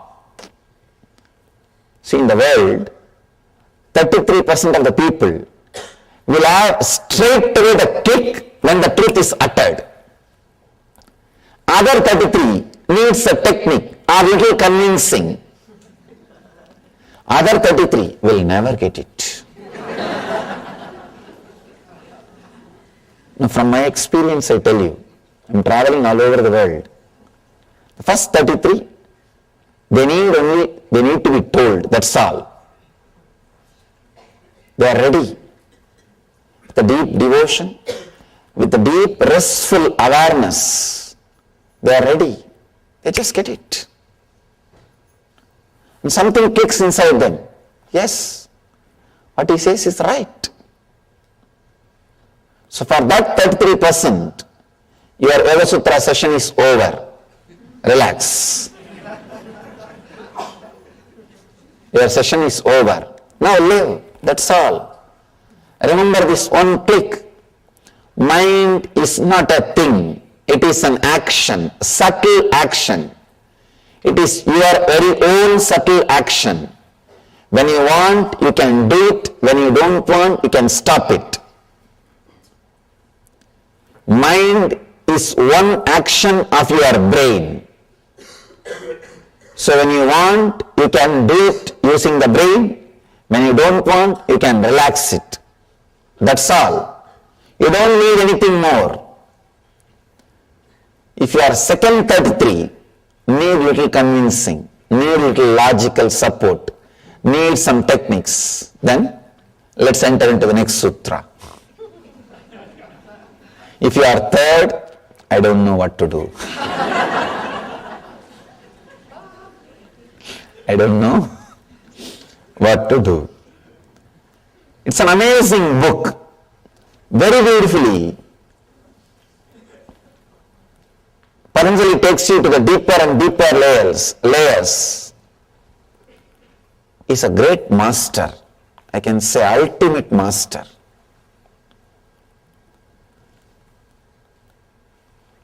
He has solution even for the third 33. When you go deeper, he has solution. There's a beautiful story. One guy was traveling, sitting on his donkey, and the tail of a donkey, a goat was tied. 3 thieves saw him. One thief said, I'll steal the goat from him. The other guy said, I'll steal the very donkey on which he is sitting and traveling. The third guy said, I'll steal the very clothes he is wearing. First guy slowly started walking behind the donkey. The donkey, in the goat's neck, there was a bell ringing continuously. So that guy is sitting on the donkey. He knows if the bell is ringing, the goat is following. So he was walking, he was traveling. This thief slowly removed the bell from the goat's neck and tied it the donkey's tail. Donkey was continuously ringing the bell and the guy was walking. He took away the goat and ran away. Second thief was walking continuously with this guy. After some time, the guy was sitting on the donkey. He stopped and turned back. He saw the goat is missing. He asked the second thief, what happened to the goat? Second thief said, just now somebody took it and ran. Run. Go and catch. This guy said, all right, take care of my donkey. I'll go and bring my goat. He ran to get the goat. This fellow ran with the donkey.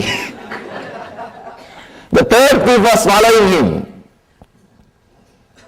When this guy was completely tired and understood he lost his donkey also, he came near a well. This third thief was sitting near the well with a long face. This guy asked, what happened to you? Why are you sitting with a long face? Third thief said, no, my treasure is lost in this well. It is inside this well. I don't know how to swim. If you can get in and take this out, 50-50. And this guy said, all right, I'll now make it up. I lost my goat and donkey. Now I'll make up in this one situation. Please have my clothes. I'll jump and bring the treasure out. When he jumped, this third guy ran away with the clothes. Patanjali is the third guy. He can really do his job. He can really do his job. He can teach even for the third level people. Step by step he is teaching, that's all. Step by step he is teaching. He can take away everything from you. Actually, if you lose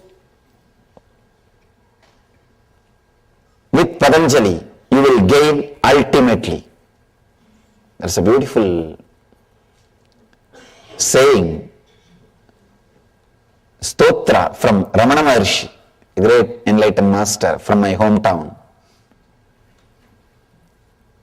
He is singing towards Shiva. He says, I lost me in you and gained you in me. Who is the winner? You gained me, but I gained you. Who is the winner? So if you lose with Patanjali, you will lose you, but you will get Patanjali. Patanjali may have you, but you will have Patanjali. So get ready to lose yourself into Patanjali.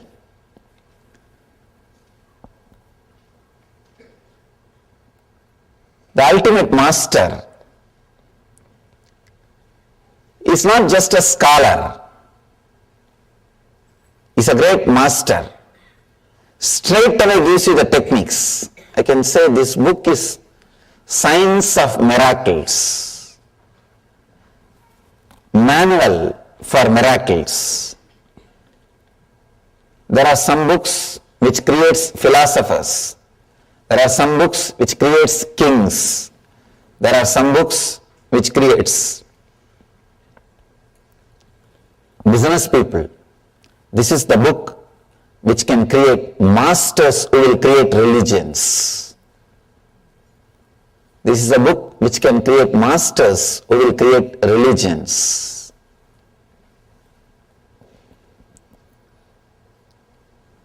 he explains and expresses all the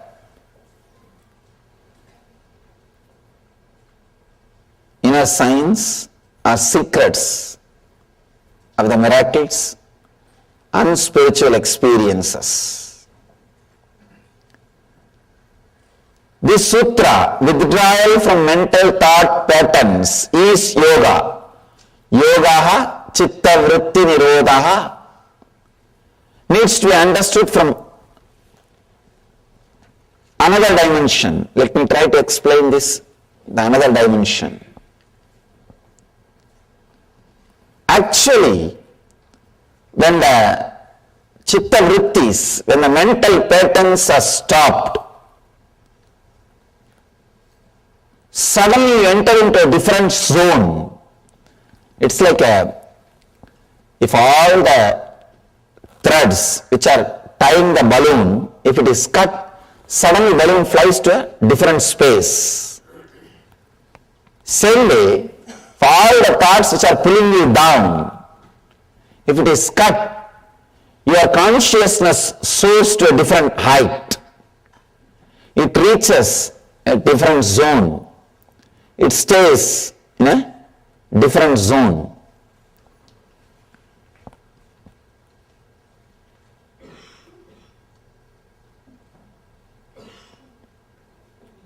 When you look through the window, you see the sky.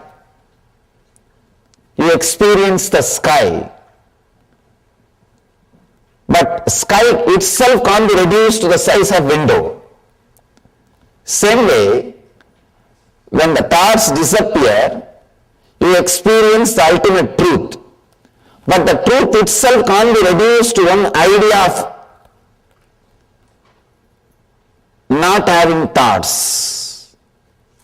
Please understand. When you don't have thoughts, you will experience truth. But the truth cannot be defined with this one quality of not having thoughts. Not having thoughts may be one of the qualities of truth, but that itself is not ultimate. Chitta vritti nirodha, not having thoughts, leads to the yoga. That itself is not yoga. I want you to understand. Sometimes not having thoughts, people understand, not having thoughts itself is yoga. Then in the deep sleep we don't have thoughts. But that is not yoga. The deep sleep we don't have thoughts. But that is not yoga. Not having thoughts with awareness is yoga. Not having thoughts with awareness leads you to yoga. Yogaha chitta vritti nirodhaha.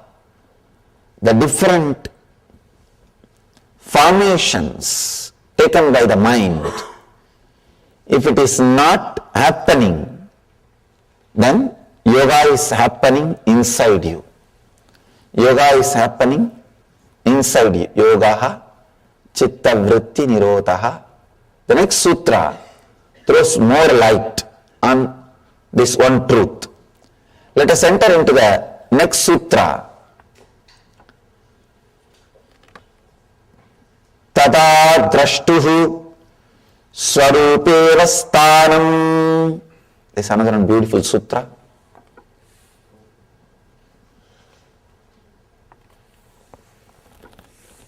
Let me give you the translation. The earlier sutra says, withdrawal from mental thought patterns is yoga.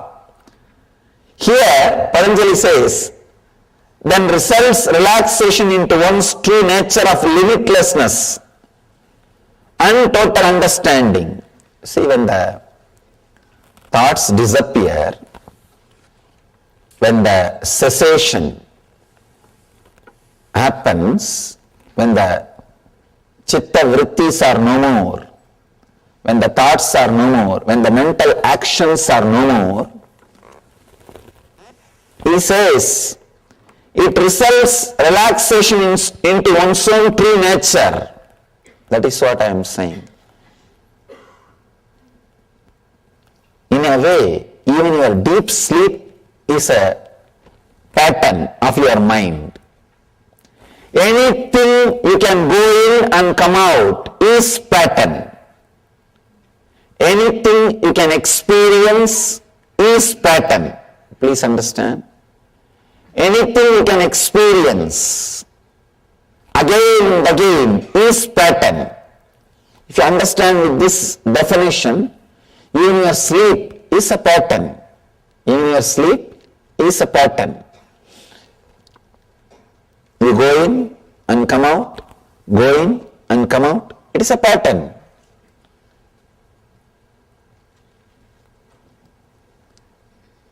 When you really relax, Patanjali says here, then results relaxation into one's true nature. Swarupe Vastanam. You are established into your own true self. Please understand. These are some of the basic truths. Whatever you see and experience is because of your thought pattern. Whatever you see in the outer world,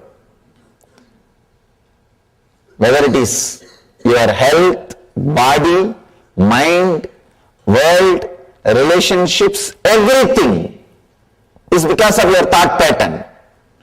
Everything is your thought pattern. Let me tell you this one small story. How experiences are changed through thought patterns.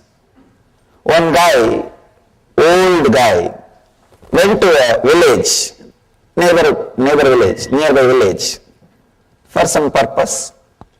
When he came back, from the distance he saw his house is on fire.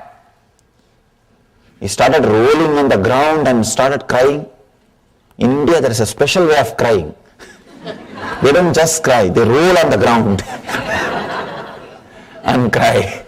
Indian villagers roll on the ground and crying.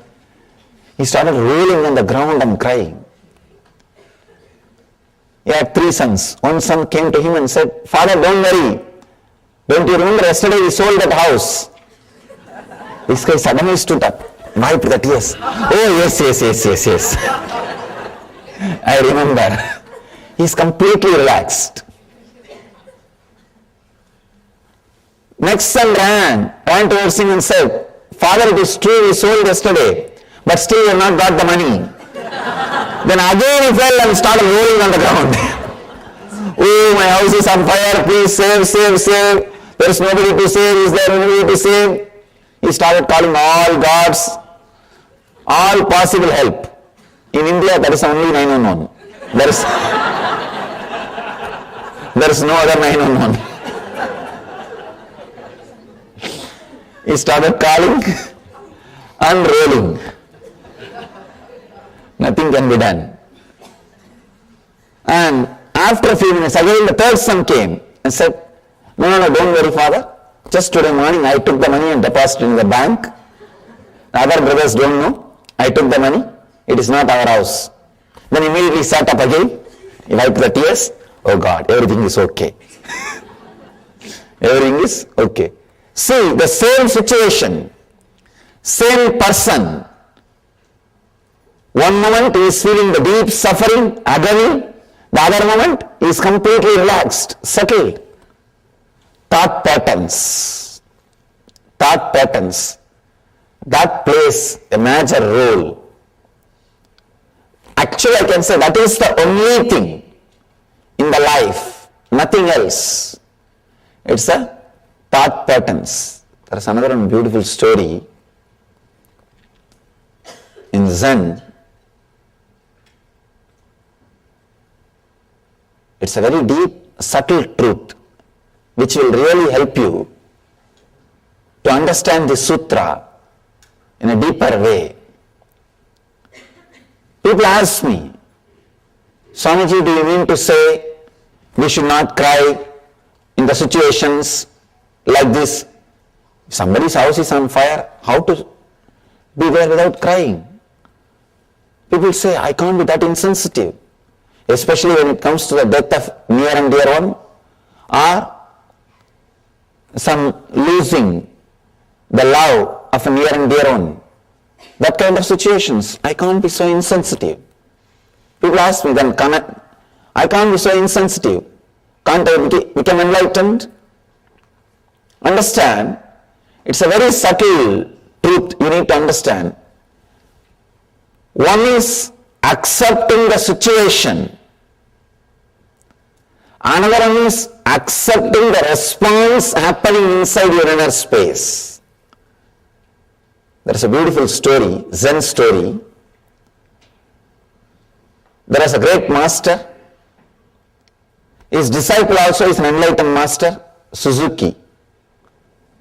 When Suzuki's master passed away, the disciple, his name is Suzuki, he started crying, weeping, rolling on the ground.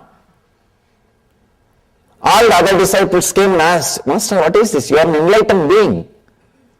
How can you cry like this? How can you weep? Then Suzuki says, if an enlightened person should not cry, get lost. I am not interested in your enlightenment. I can't be so insensitive to this situation. I am crying because I'll miss his physical presence. He can never leave me, or I can never leave him, because he became me and I became him. That is different. But physically I'll miss him. I'll miss the graceful actions of him and the beautiful conscious lila, conscious play. That is why I am crying. Then another disciple is asking, then what about the teaching which you are giving all these years? Accept what is happening, accept what is happening. Tatada, tatada, tatada. What has happened to the teaching? Have you taught this to us without you experiencing? Please understand, very beautiful truth. Just understanding can give you a very strong click. The Suzuki's reply. The disciple is asking, then have you taught this tatada, accepting what is without you experiencing? Suzuki beautifully explains, there are two levels of acceptance. One, accepting whatever is outside, the situation. Accepting the situation, surrendering to this moment, surrendering to tathata, what is, surrendering to the now.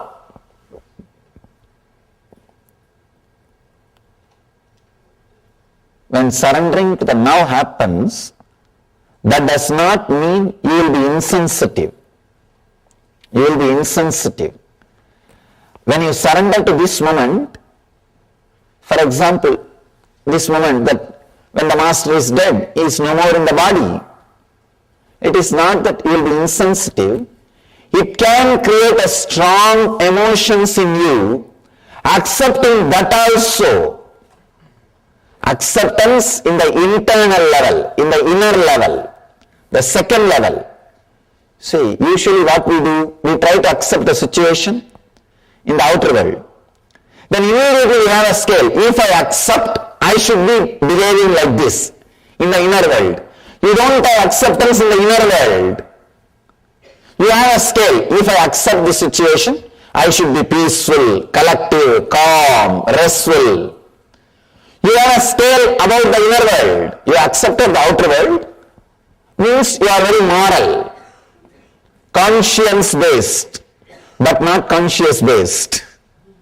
There is a big difference between just accepting the outer world happening and accepting the outer and inner world happenings.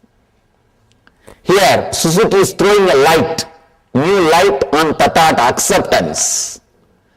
Acceptance does not mean just accepting the outer world. Usually we have this idea.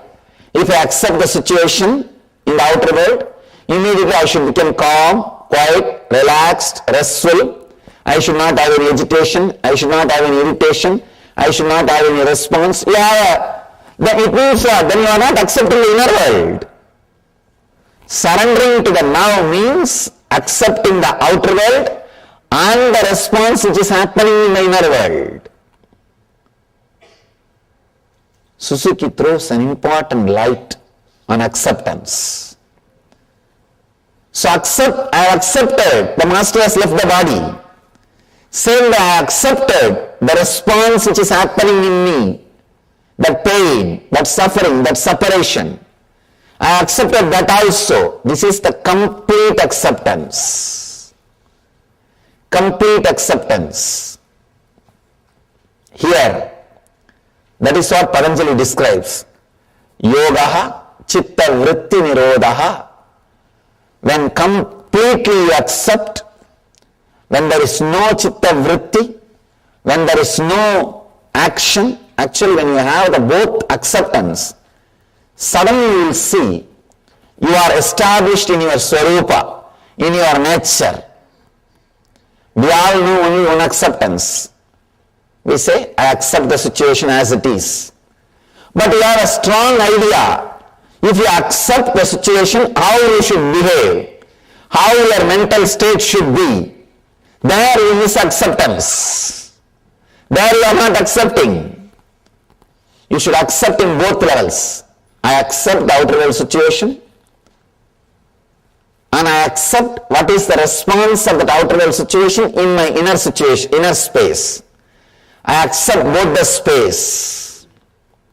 I accept externally and internally. Then suddenly you will see you will be unclutched. You will be unclutched. You will be in that space of Swarupa, your nature, your own nature. When you are accepting only the outer world and unable to accept what is happening in the inner world, you cannot be in nature. You cannot be established in your nature. If you have to be established in your nature, both acceptance need to happen. One is the acceptance of the situation and accepting the response happening inside you. Only then the chitta vritti nirodha happens, means cessation of the mind happens. Only then the thought patterns disappear. The thought patterns disappear. Only then you are established in Swarupa. He says, then results in relaxation into one's true nature of limitlessness and total understanding. Both levels of acceptance. Just external acceptance is very easy because you have to accept. You have to accept. And external acceptance is taught as a moral value from the beginning to all of us. And moreover, external acceptance is from the beginning told to us. We try to imitate. We try to live that. We try to do that. But internal acceptance is not needed. Not only that, you can hide it. Externally, if you don't accept, everybody will know. But internally, if you don't accept, nobody will know. Just accepting externally and playing the game is a beautiful ego game. You can post to everybody, see how cool I am, how calm I am, how integrated I am. People start playing game even in all these levels. People start accepting things or trying to pose silence or peaceful, restful awareness just to pose others, just to tell others how cool they are, how calm they are, how restful they are. They try to play game even in this level. But when you accept internally also, suddenly the unclutching happens. So, it's a very beautiful sutra, amazing truth. I want all of you to contemplate, internalize the sutra, this one idea. I do not want to add more and more ideas. I want to do exactly the same work as Patanjali did. I do not want to comment on this work. I want to repeat it. I am not commenting, I am repeating. Because commenting may add more confusions. There are hundreds of commentaries. I can say thousands of commentaries. It may add more confusions. I don't want to comment. I want you to internalize, experience this one idea. This one idea, internalize continuously. Mind is an action. If I want, I can stop. If I am acting, I wanted it. Take the responsibility. If I am acting, I wanted it. Who can take the responsibility for your action? Only you. If you are walking, you want it. If you are talking, you want it. If you are minding, you want it. If you are thinking, you want it. So let the shift happen in your consciousness. If you are thinking, you want it. If you are talking, you want it. If you are sitting, you want it. So let you understand this one truth. Take the responsibility on your shoulder. If you are thinking, you want it. Only then you can stop when you want it. Patanjali is not putting responsibility on anybody else. In this whole 199 sutras, he speaks only in one sutra about God. That also is not describing the nature of God, where is he residing, how is he going, how is he sitting, how is he traveling, no. He says, Ishvara Pranidhanani, let us surrender everything unto the God. It is one spiritual quality. He is not even bothered about God, he is bothered about the surrendering, the quality.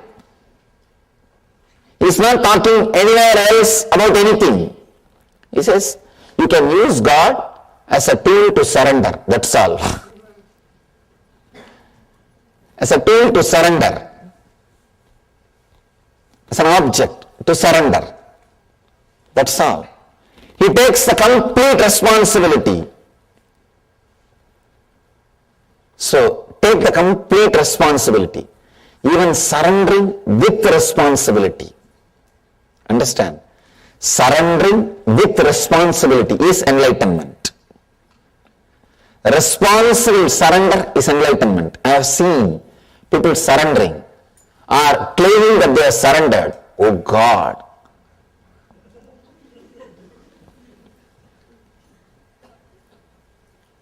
Even if you are caught by your enemies, you will not be tortured that much. By the pseudo-surrendering people. By this pseudo-surrendering people.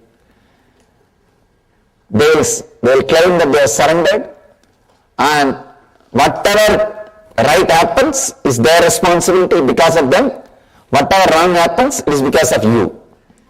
And they will not do anything more than saying word, I have surrendered, I have surrendered, I have surrendered. Many people come and tell me, Swamiji, what should I do further? I tell them, what do you mean? No, whatever you say, I will do. The moment I tell something, no, I have this difficulty, that problem, this problem. Then I tell them, then tell all the conditions first. Then I will tell you the solution. They say, no, whatever you do, I will do. Whatever you say, I will do. The moment I open my mouth, they will have 1001 condition, 1001 priorities, 1001 preferences, 1001 conditions. So, Patanjali says very beautifully, take the responsibility completely on your shoulder. A responsible person, even if he surrenders, it will be so graceful, so beautiful. Irresponsible person, even if he tries to stand on his own, it will be only cunning. It will never be complete. So first thing you need, first thing is being responsible. Being responsible. In the first sutra, Yogaha Chitta Vritti Nirodhaha, Patanjali teaches us the basic truth: be responsible. The moment you are responsible, the moment you feel you are responsible for your thinking, you know very clearly you can stop. You can stop. Only when you don't want to take the responsibility, you are going on postponing, putting things on others, blaming others, then you continue to think. If you blame, you are walking because of somebody, you will continue to walk till you die. If you are blaming, you are talking because somebody is forcing, you will continue to talk till the death.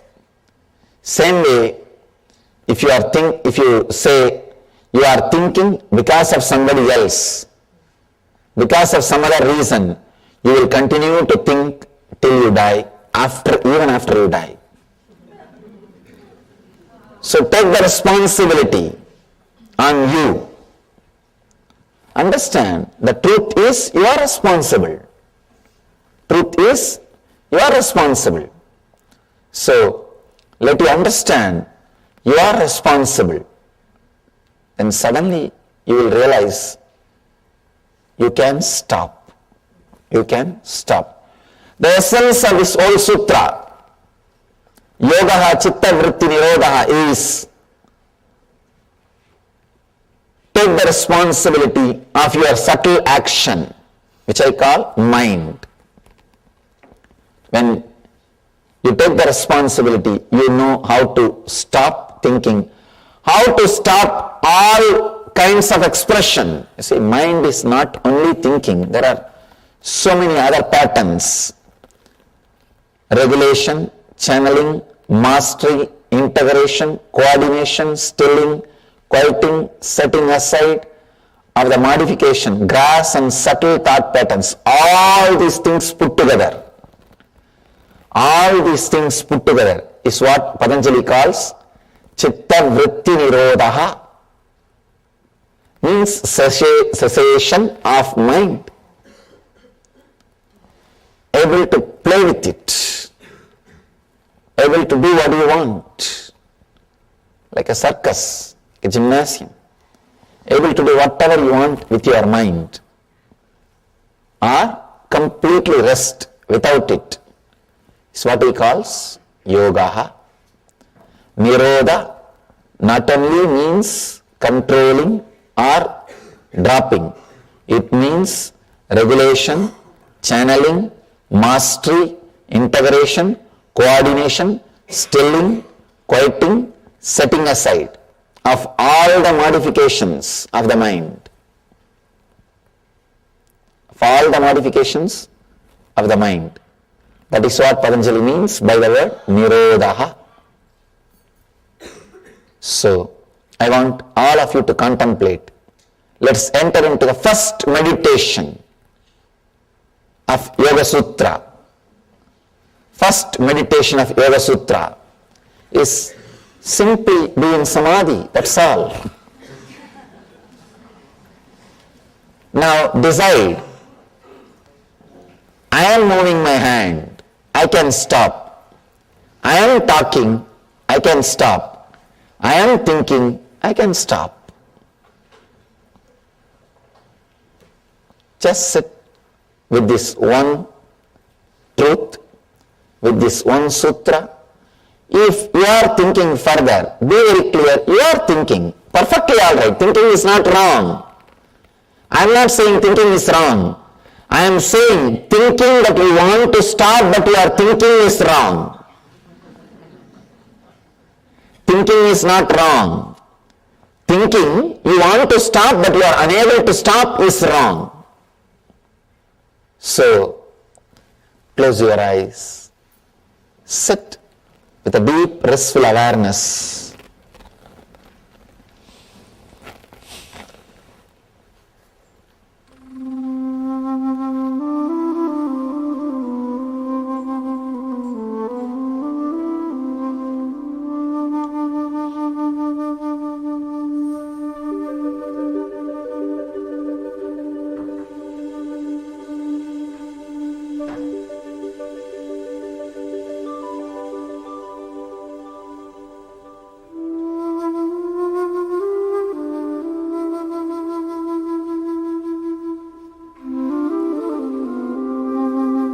you know you are thinking. So just relax, stop. Or if you want to continue, continue with your clear will. If you are thinking, at least be very clear, you are thinking. Close your eyes and just sit.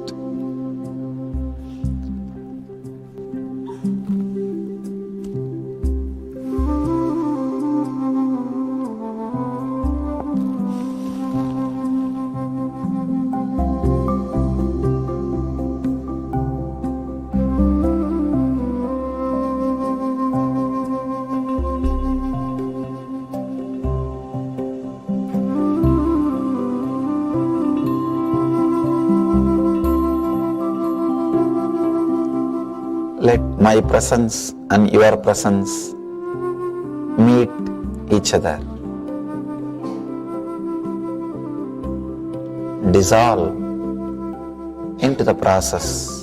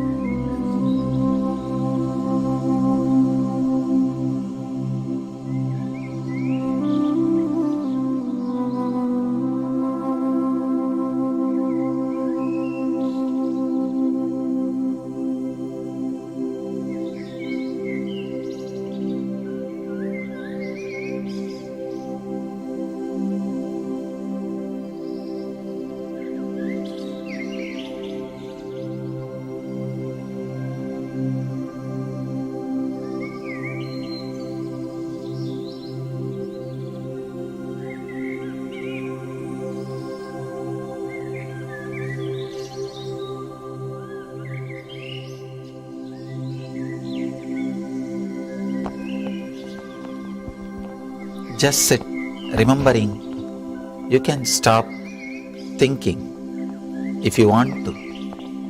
If you are thinking, at least remember you are thinking. Just sit with the simple truth. You neither need to stop nor need to think. If you want to think, think. If you want to stop, stop. It's up to you. But be responsible for what you are doing. Remember, you are doing it. Just with this one truth, sit. Sit with closed eyes. With this one truth. Let it be internalized.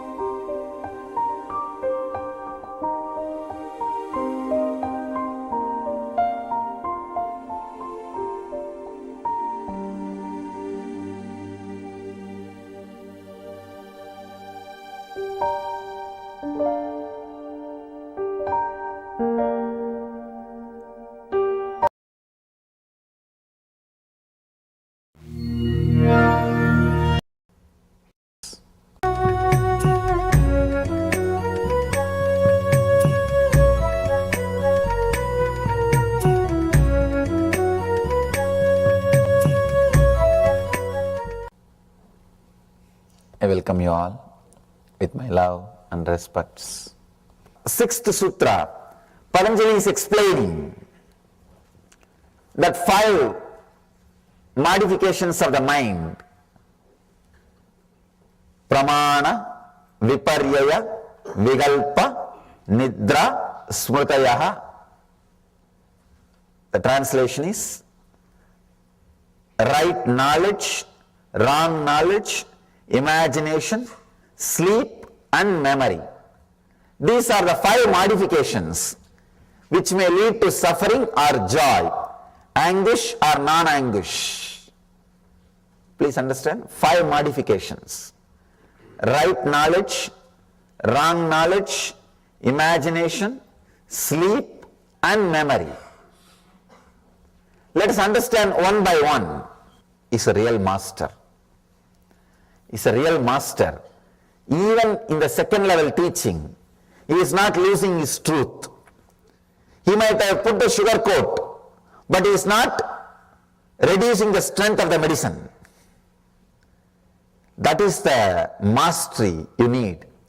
How much ever you compromise and try to relate with the disciple, the undercurrent, what needs to be transmitted, should continue to happen. Should continue to happen. Patanjali is doing that job very beautifully. He says, right knowledge. First thing he says, which can lead to suffering or joy, first thing is right knowledge. You may think, right knowledge is also a binding. He says, yes, it is binding. Many times, even though it is right knowledge, even then, it's a mind. Even though it's right knowledge, it's a mind. Going beyond right knowledge and wrong knowledge, that is enlightenment. Even the right knowledge is bondage. There is a beautiful story by Ramakrishna. One guy was caught by 3 thieves in the forest. They robbed him completely. One thief said, let us kill him. Why to leave him? The second guy says, no, what is the need of killing? Unnecessary. Let us tie him in the tree and go away. Third guy, he waits after other 2 guys leave. The third thief, he comes near and releases him, says, all right, I'll show you the way, go to the nearby village and escape. He leads him to the nearest highway, leaves him. Then that guy who got robbed, he asked the thief, even though you are a thief, you helped me. Why don't you come to my house and have a cup of tea? Thief says, no, after all I am a thief. I can only help you this much. You go on your own, now I will go on my path. So these 3 thieves are the 3 characters. The first thief who said, let us kill him, that is the tamas, inertia energy, the depression energy. The second thief who told, no, we don't have to kill, let us tie him, that is the restlessness, rajas energy, restlessness, rajoguna. And the third thief who freed him and took him to the nearest highway is sattva, means intelligence, right knowledge. Even though right knowledge liberates you, he is a thief. It is a thief. That is why Patanjali says, Patanjali puts even right knowledge as a modification of your mind. He says these 5 modifications can lead to suffering or joy. Even if it leads to joy, it is not enlightenment. Please understand. He says only it can lead to suffering or joy. It cannot lead you to enlightenment. It can lead you to only suffering or joy. One thing with the right knowledge, one good thing with the right knowledge is, it's like it can liberate you. It can take you to a space, you can be free once for all, like the third thief. It takes you and shows you the way, leaves you in the nearby highway, it says, I cannot come further, I am going on my way, you please go on your own way. He can do that much. Second thing is wrong knowledge. Wrong knowledge, all of us know. Whatever we have, we don't have to say, no. This is not right knowledge, this is not right knowledge, this is not wrong knowledge. I am not saying to classify whatever we have. It's a simple, straight statement. Whatever we have is nothing but wrong knowledge. Whatever name you may give it, it is wrong knowledge. You can say, when you associate yourself with the mood swings of pitta, the liver function, see, your mood swings will be based on your liver function. That is why early morning when you are out of bed, your mood will be different. In the noon, your mood will be different. In the night, your mood will be different. Means your thought pattern, mood swings are based on your liver functions. Anything which is out of your liver function is wrong knowledge. Please understand, any mood you go through, any knowledge you gain through the mood swings is wrong knowledge. It's like you are drunk. When somebody is drunk, whatever he sees is wrong knowledge. A small story.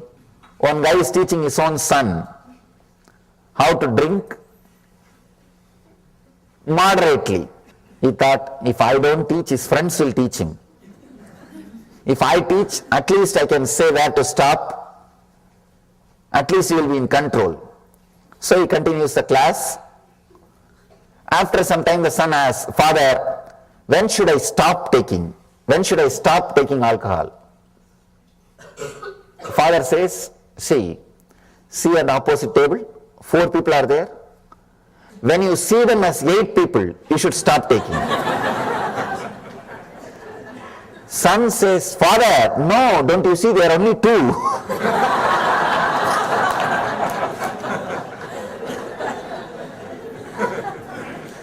So anything based on your pitta, means liver function, is wrong knowledge. See, that is why when you want the food, your feeling idea about food is different. After you finished eating, suddenly your mood, your idea about food is different. Same way with the lust. When you want the experience, your idea about the other person, your idea about the beauty, your idea about lust, everything is different. When you are finished, suddenly the idea about the other person, idea about the lust, idea about the act, everything is different. So knowledge based on your body hormones, same way taste, food or physical touch or anything, before having, your idea is different. After having, idea is different. It just changes. So anything based on the hormone, the pitta, is wrong knowledge. It is wrong knowledge. But people enjoy wrong knowledge. Please understand, really. They enjoy wrong knowledge. They don't want to be in the right knowledge, because the right knowledge sometimes hurts you.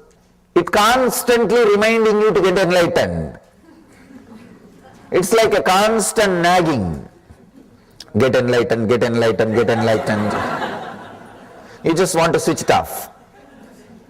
That is why so much of alcohol, understand, so much of alcohol in the humanity, why you know? Right knowledge awakens spiritual seeking in you, which is very costly. Your whole life will be different. You have to enter into a new zone, new space, which is risky. You may not know about that new zone. So you want to be in your old cozy field. You say, no, forget about it. This house is enough, this wife is enough, this car is enough, this office is enough, let me run. You are afraid to enter into that zone of seeking, because seeking is such, it will just take away your whole life. It is internal tsunami. It just changes you. Nothing else is required. You are new. You are washed, you are fresh. Whatever needs to be taken away from you, leaves you. Only whatever needs to be left is left. It's a very powerful internal tsunami. When you are afraid of that, the right knowledge means reality always leads you to seeking. In the world, there are only two categories. One, seekers. Another one, people who are addicted. That's all. You can't be between. Either you have to be a seeker or you have to be addicted. Because you have to escape from the right knowledge.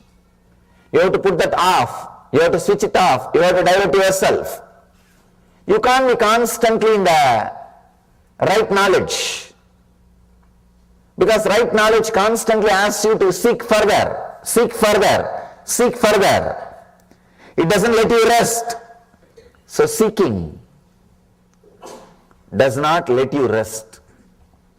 That is why all over the world, why do you think all over the world in all cultures, alcohol is like a habit? Alcohol is next to food, consumed next to food. Because man wants to be in wrong knowledge. He wants to be in delusion. He wants to be deluded. He wants to be in imagination. He doesn't want right knowledge. He doesn't want to be in reality. How many laws? Almost all countries have laws about the alcohol. But no country is able to stop. No country is able to stop. All countries, all cultures, all civilizations, all of them tried to ban alcohol. At least few times they have tried. But the moment they ban through the law, more alcohol is consumed. It becomes a big problem. It becomes a big headache for the government, police, law enforcement departments. Then nothing can be done. They open it. There's only one thing which can liberate human beings from alcohol. That is encouraging spiritual seeking. Just like we have so many insurances, we should create one more insurance. If you are doing spiritual seeking and lose something, they are insured. If a civilization can ensure spiritual seeking, if civilization can give you assurance, be a spiritual seeker, you will not lose anything. Our civilization, society setup is created in that way. In India they tried. And the experiment was really successful. The experiment was really successful. If you are a seeker, you will never lose anything in that society. Anything in that society. In my case, I lived cream of my life is youth. Between 17 to 25, I neither studied nor worked for the society. If I was in any other country, I would have been put in the homeless asylum, homeless shelter, or mad people asylum. They would have put me in all psychotherapy, psychiatry, psychopathy, all kinds of pathies and therapies and deprogramming programs.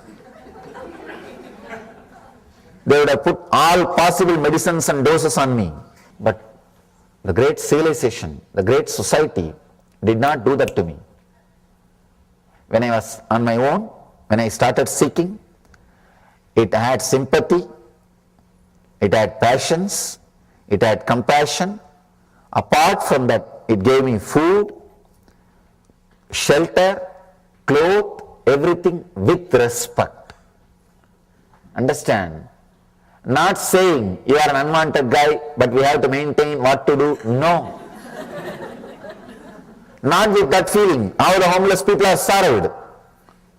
The developed countries, how the homeless people are treated. We will give you food, you are unwanted guy, what to do? We will give you what you need. At least don't become a criminal. We will give you what you need. Just keep quiet. Not with that unwanted feeling. No. With encouraging. Please do it. You are right. You are right. Anywhere, if I am given food without they touching my feet, I am not supposed to accept. And that is the way I lived. Understand? You can't imagine giving food to a homeless guy and touching his feet with respect. Can you imagine? No. You can't imagine. In the developed countries, you will give food and shelter and clothes and whatever needed to a homeless guy and fall at his feet and do namaskar. Offer your respect. Saying you are right, please, you are encouraged, please do what you are doing. No. But the civilization did it. The society did it. When I go around all over the world, I understand. I am surprised. The civilization was built for enlightenment. It is built to create enlightened beings. Many times people ask me, why only in India so many enlightened masters are there? Why they are not spread all over the world? They should have been spread.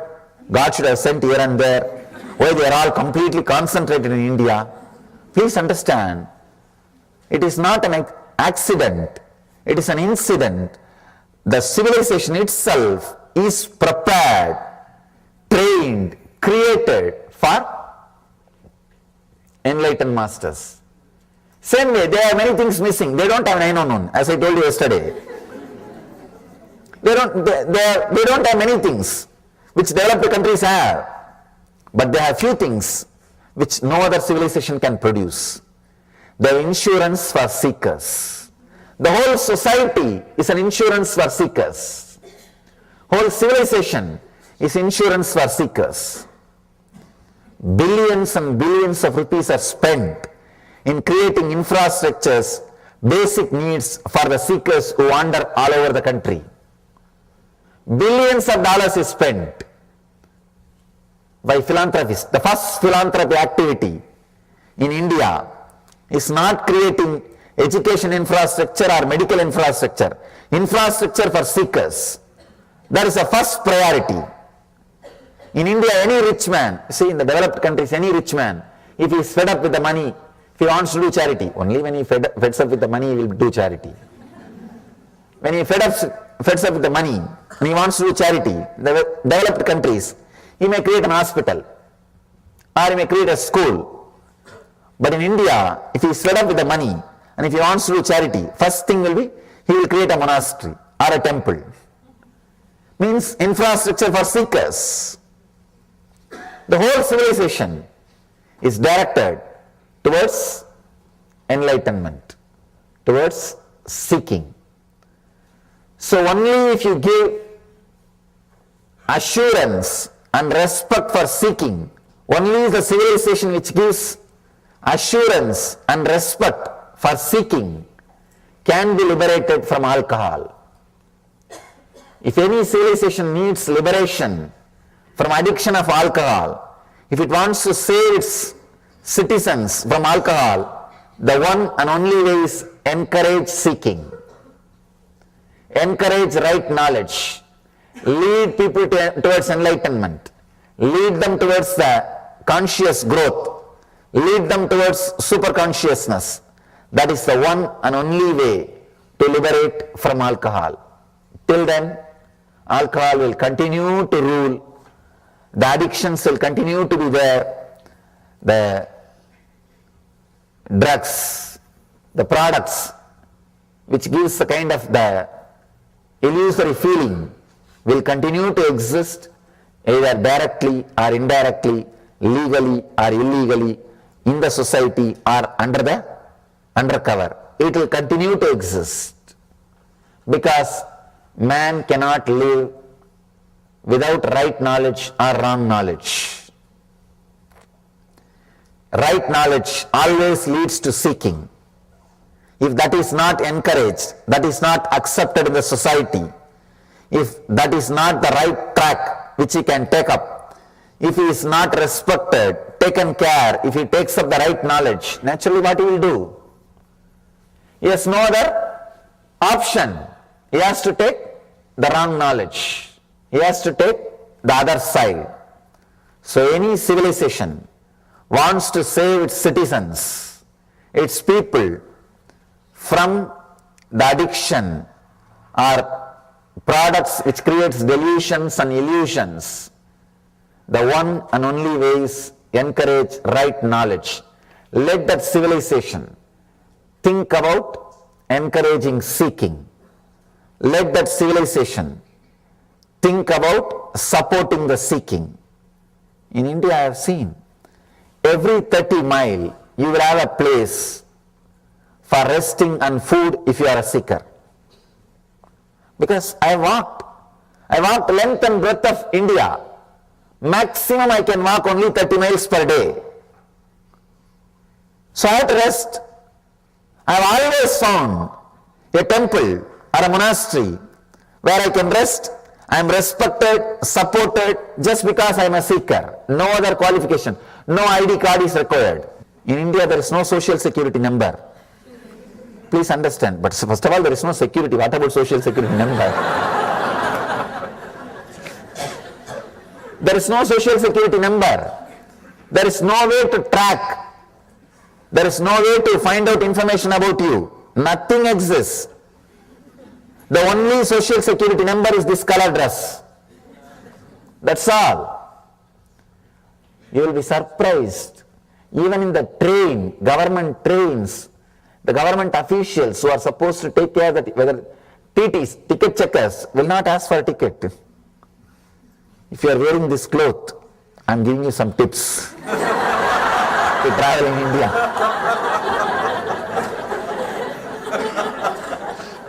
Now I am telling you from my experience. If you are with this cloth and sitting, I have never seen any TT asking me ticket. They will ask only one thing, Baba, have you eaten? Means, it's a very respectful word. Baba means father. Oh, father, have you taken food? That's all. I wandered 9 years. 9 years I did yatra, means pilgrimage. So, whole length and breadth of India. Every 30 miles you have a stoppage. You have a food with respect. That is the main thing. With respect. They touch your feet. That's the first thing. They touch your feet and offer. And they encourage what you are doing. They support what you are doing. They respect what you are doing. So only a civilization which can support seeking, which can encourage seekers. This is one aspect of seeking I am saying. Even otherwise, even when you are living with your family, if the society knows you are a seeker, you have a different position. You have a different place. You have a different respect. That whole society, it is in their blood. So any civilization encourages seeking, supports seekers, will liberate itself from the wrong knowledge and the products which creates delusion. The products which creates delusion. So civilization which encourages right knowledge helps their citizens to go beyond wrong knowledge, to go beyond addictions. Paramahamsa Nithyananda conducts Inner Awakening, a 21-day enlightenment intensive course, and Life Bliss Engineering, a 3-month course for having a yogic body and Vedic mind. Call 919731257960, 919742203311.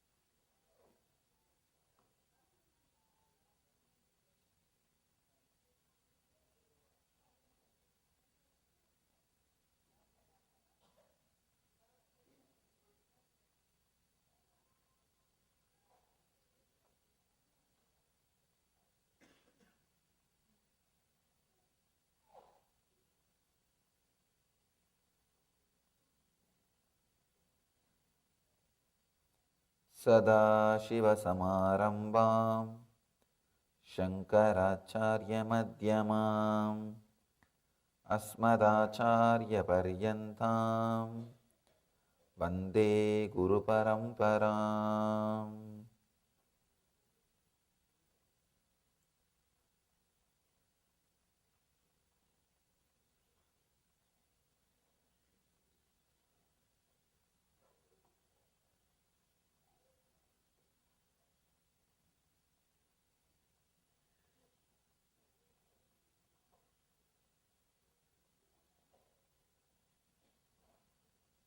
I welcome you all with my love and respects.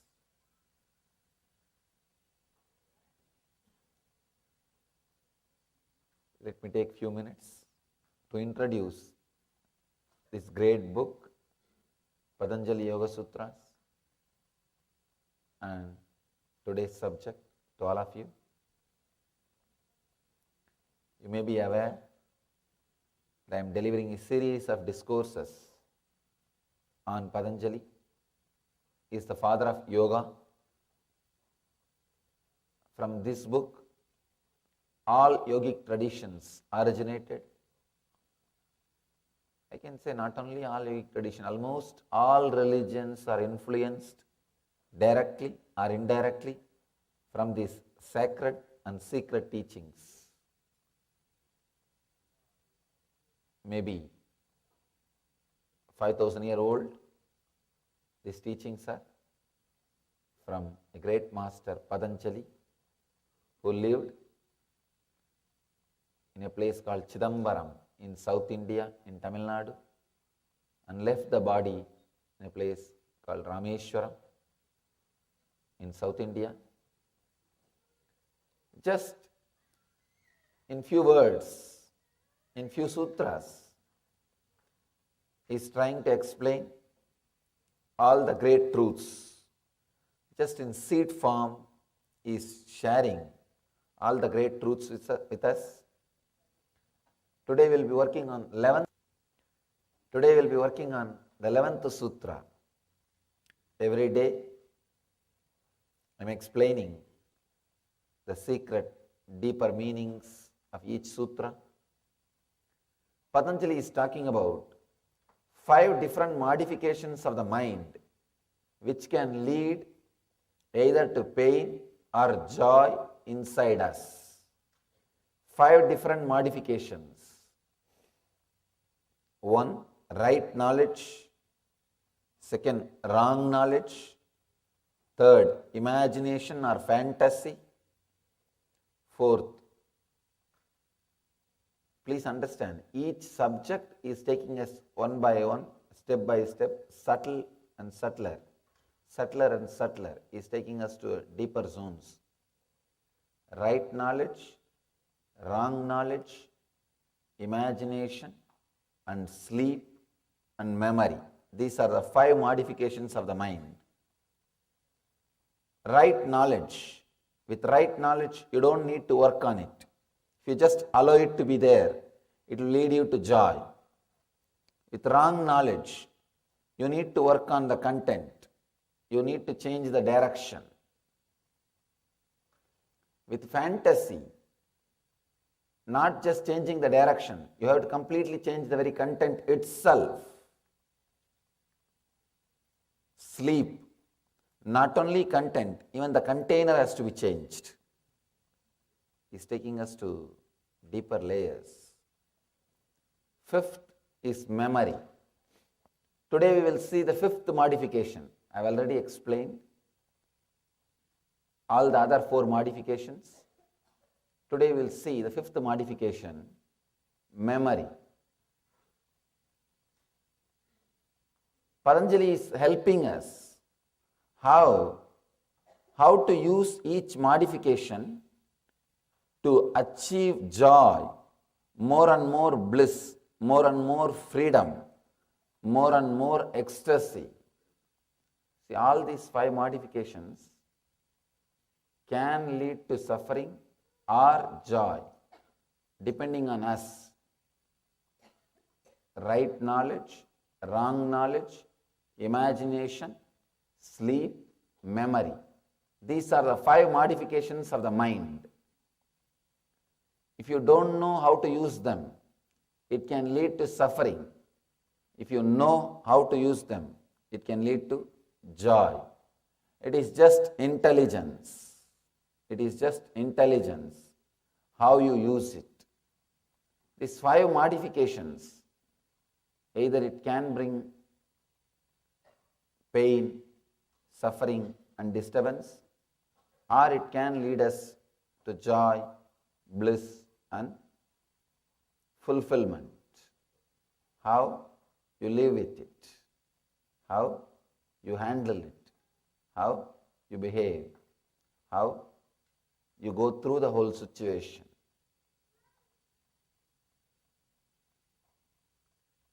Today we will see about memory, the last part. Let's enter into the sutra. What Patanjali has to do, tell. The Patanjali's idea about memory.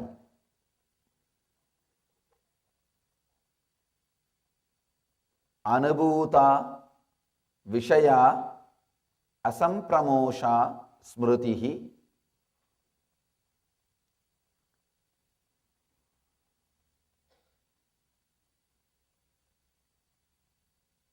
Each time I repeat Patanjali's words, I feel it can never be translated. It is filled with so much of meaning, so many different dimensions, so many different angles. It's very difficult to translate. Maybe I can translate one dimension. Whenever we translate these great scriptures, only one dimension can be translated. Only one dimension can be expressed in the translation.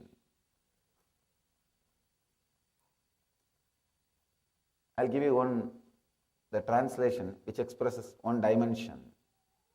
The recall of mental impressions of past events from the subconscious mind is memory. Anubhuta Vishaya Asampramosha Smrutihi. Recall of mental impressions of past events from the subconscious mind is memory.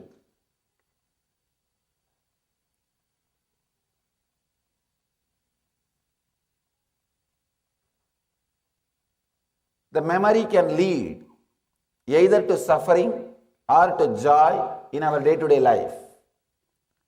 How we use it, how we relate with it, how we connect with it, how we respond to it. The memory is responsible for your spontaneity, decision making. I can say anything available to you in the outer world, memory is responsible. Whether your medicines or research and development done in all the fields of the outer world, it's because of memory. And the same way, all sufferings, all psychological disorders. In Sanskrit, we have a beautiful word. Bhava roga means the birth itself is a disease, including the disease of birth. For everything, this memory is responsible. This memory is responsible for all the joys, all the things which you enjoy in the outer world. Same way, the same memory is responsible for all the sufferings you go through in the inner world.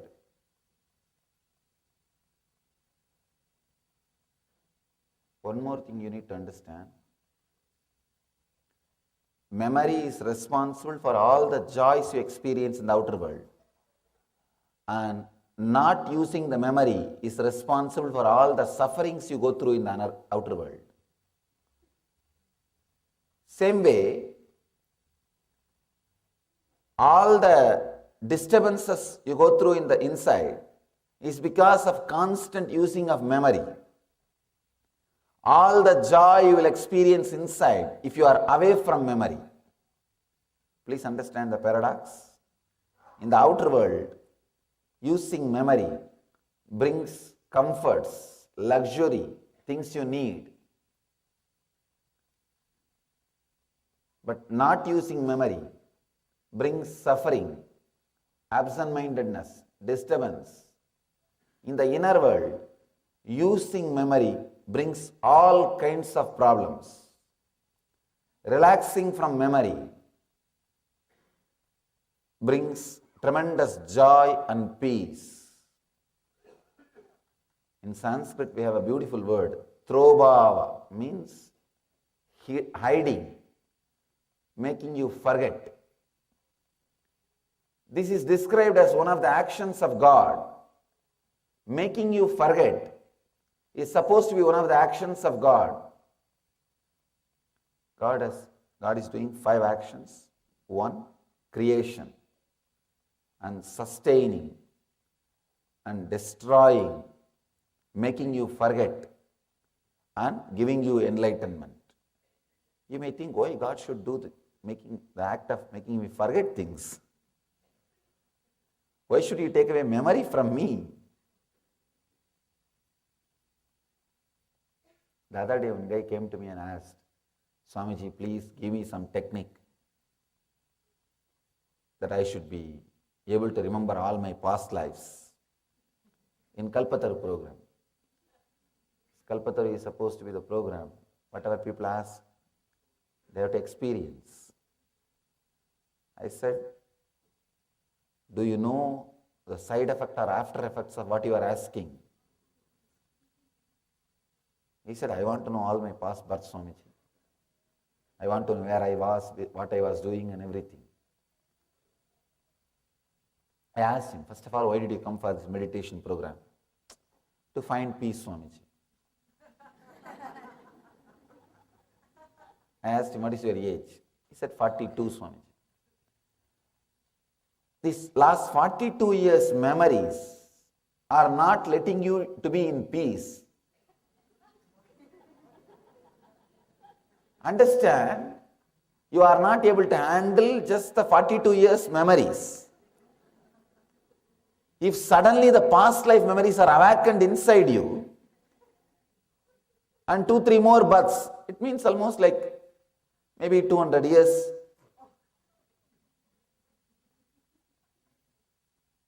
Or 300 years. What will happen?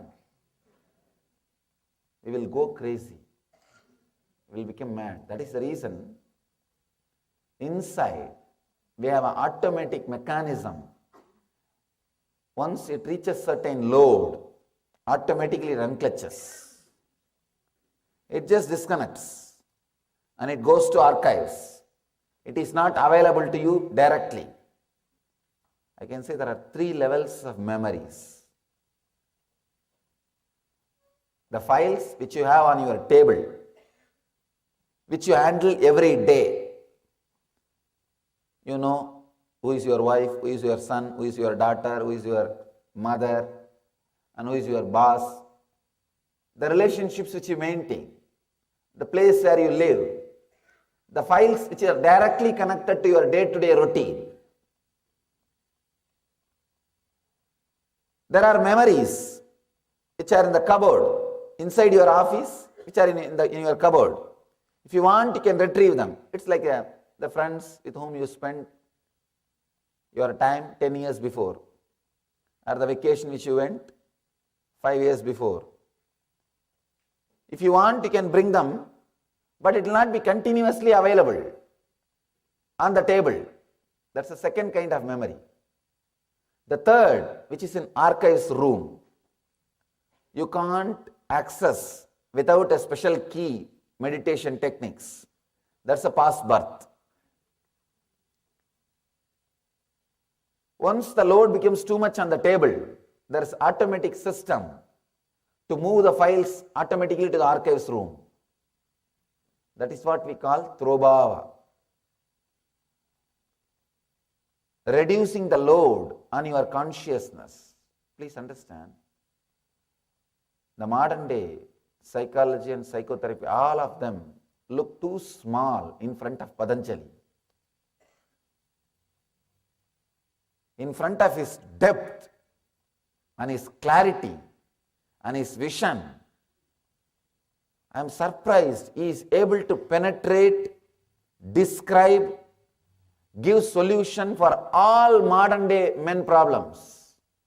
Usually whenever a society, a civilization reaches a level of sophistication, only then men face many psychological problems. If civilization has not evolved to that level, he will not have psychological problems, he will be stuck with the physiological problems. See, psychological problems are luxury. No, really. Only if you have too much you can afford. Otherwise you can't afford psychological problems. That is why all evolved or developed civilizations are only suffering with psychological problems. Otherwise you can't afford to have these problems. Even you can't afford even to have physiological problems. So where is the time and energy to go on, sit and brood about psychological problems? What is psychological problems? If you describe detail, if you look little deep, whenever you see an ad in the TV about a new psychological problem, you always feel with you, do I have? And the symptoms are also explained in a very broad way. In India, the astrologers will predict your future. The newspapers and the TVs, they will give predictions. It will be told in a very broad way. This week, you may not have sufferings with money. Your wife may not listen to you. If she listens, how can she be called as wife? They will give you predictions in a very broad way. Students need to put little more energy on their studies. Naturally, what will you do? You will start comparing. I think it matches me. It will be told in a way, with the words, anybody can make anything out of it. It's a technique actually. It's a very powerful technique.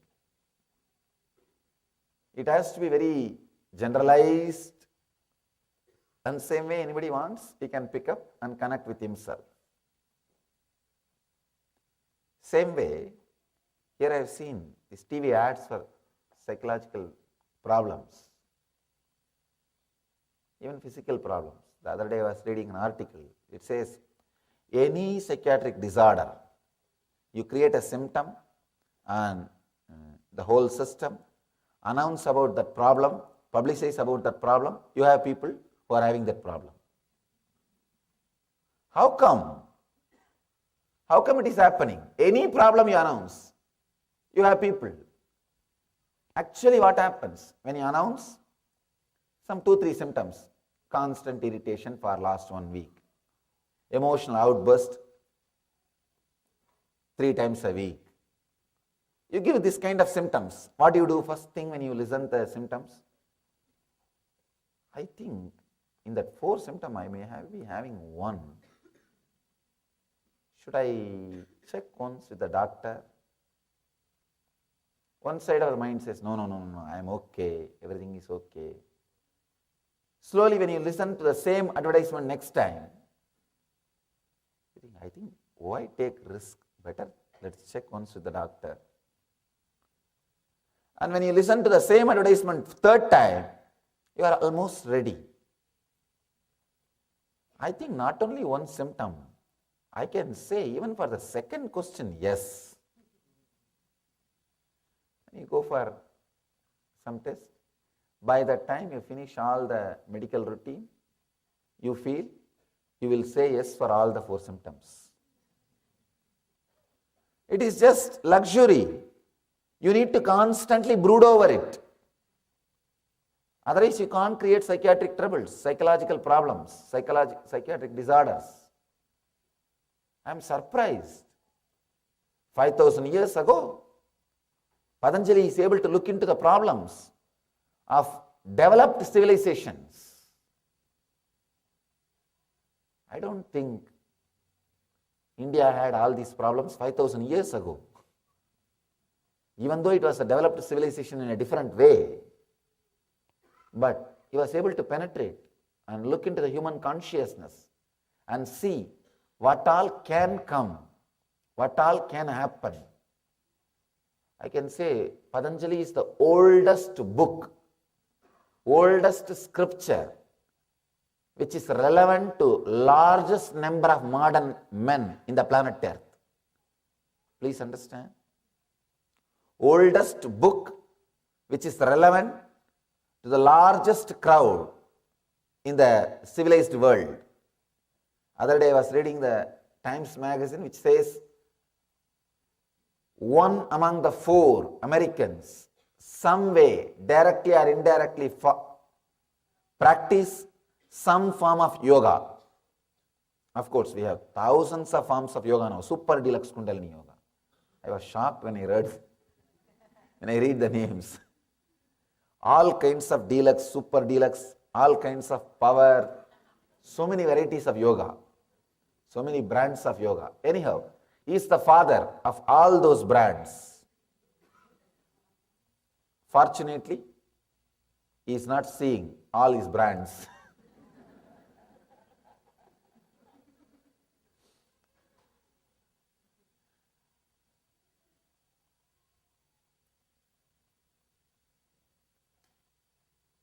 Largest practiced spiritual master is Patanjali. See, there are many religious leaders, spiritual masters in the planet Earth. People read about them, listen about them, but never practice. But Patanjali is the largest practiced spiritual master, religious leader in the planet Earth, because he is very straight. He is very practical, he is very scientific, and he can solve modern men's problem. He is for this civilization. He goes to the depth of all difficulties, problems which human beings are facing. The memory is description about memory. Please understand. I'll repeat the description once more. Anubhutaha Vishayaha Sampramoshaha Smritihi. I'll give exact translation. I wanted the Sanskrit Sutras to be recorded so that if I have missed some dimensions of translations, people who watch can understand the original concept. The recall of mental impressions of past events from the subconscious mind is memory. I can say this is a source of all good things and bad things. All scientific research can happen only based on memory. Only based on memory. You need a memory to do all the analysis and see the result and do further research and development and see the result and see the further research and development and see the result.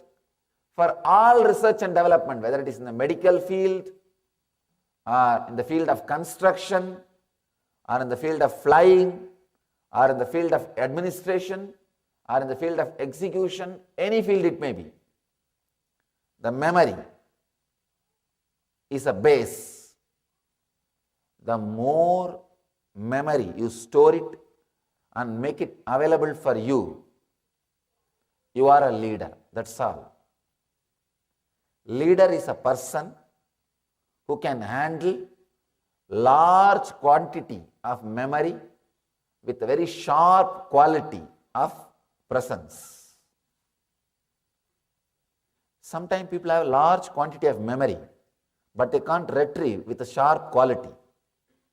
Sometimes people have a sharp quality of retrieving, but they don't have large quantity. I can say memory is responsible for what you are, remembering or forgetting. Both may be, but memory, smritihi, what Patanjali calls as smritihi, is responsible for what you are, how you are talking, how you are behaving, the way you are behaving, how you are living, the way you are living, why you are living, the way you are living. For everything, how you are behaving, why you are behaving, the way you are behaving, for everything, memory is responsible. If it is used properly, if it is retrieved properly, if it is lived properly, it brings so much of joy, comfort. I can say this is the definition of leader. Leader is a person who can retrieve, who has access to large quantity of memory with a sharp quality of remembrance. The difference between you and the other person, difference between doctor and a lawyer, lawyer and an engineer, engineer and an accountant is only memory, nothing else. Who you are, what you are, why you are, is all because of memory. I have a lot of stories about memory and how people deal and live with memory. Maybe I'll give you one story from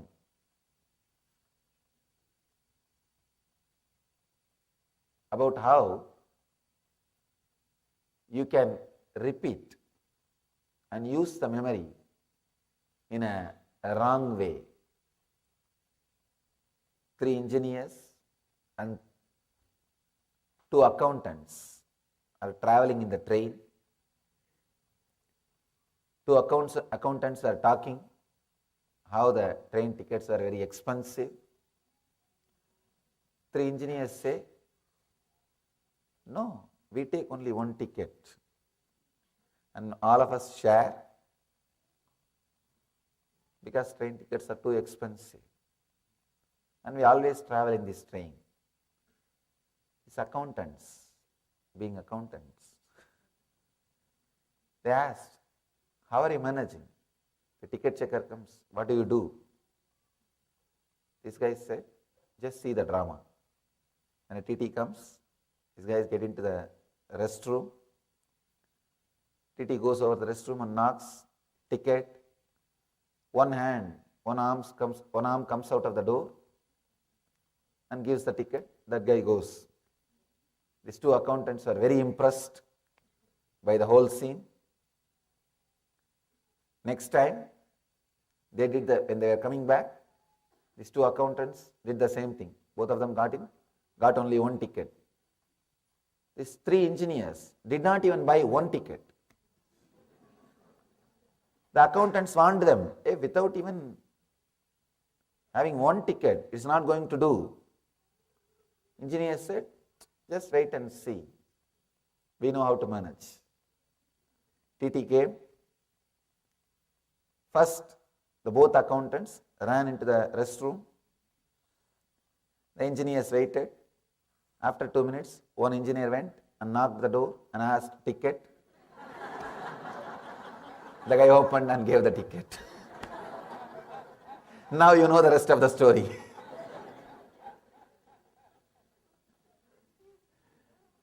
Memory. Sometimes we think repeating is memory. No. Repeating is not smriti. Please understand. Remembrance and handling. Handling is more important. Solutions can never be memorized and repeated. It has to be spontaneous. Many times, people get into trouble by trying to repeat or reenact other solutions. The memory, I can say, the best way to use the memory is When it comes to outer world, use it more and more and more. When it comes to inner world, unclutch from it more and more and more. This is the sutra, this is the rule, this is the thumb rule. When it comes to outer world, use it more and more and more. When it comes to inner world, unclutch from it more and more and more. When you unclutch from the memory, relax from the memories, in the inner world, the tremendous energy of spontaneity, responding to a situation spontaneously, being in the present will start happening.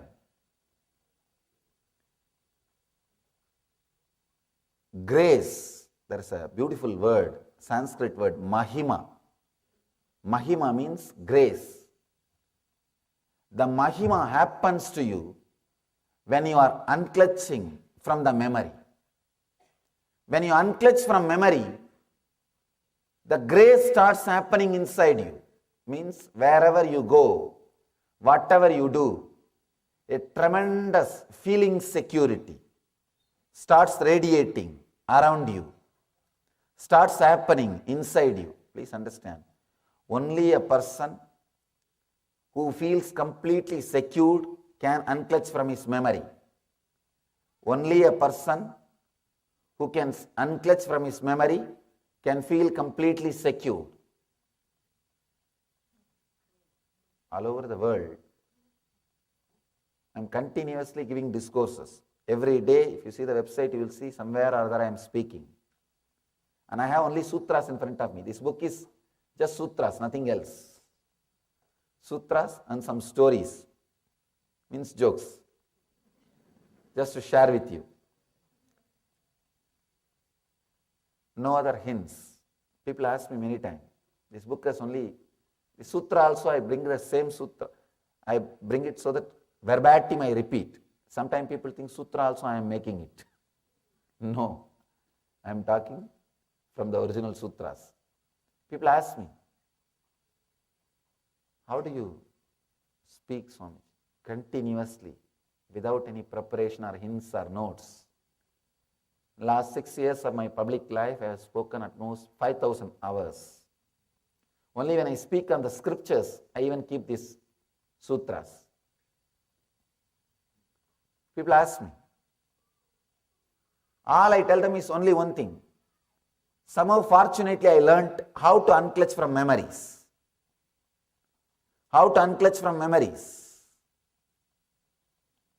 I have a story about this discourse, lectures. This guy, a very popular speaker, he gets into the stage, gives his discourse. When he comes down, wife calls him. How was the discourse? How did you feel? This guy asks, which discourse you are asking? Wife asked, what? You gave only one discourse. What do you mean by which discourse? This guy said, no, there is 3. One which I prepared, one which I delivered, third one I was thinking I should have delivered.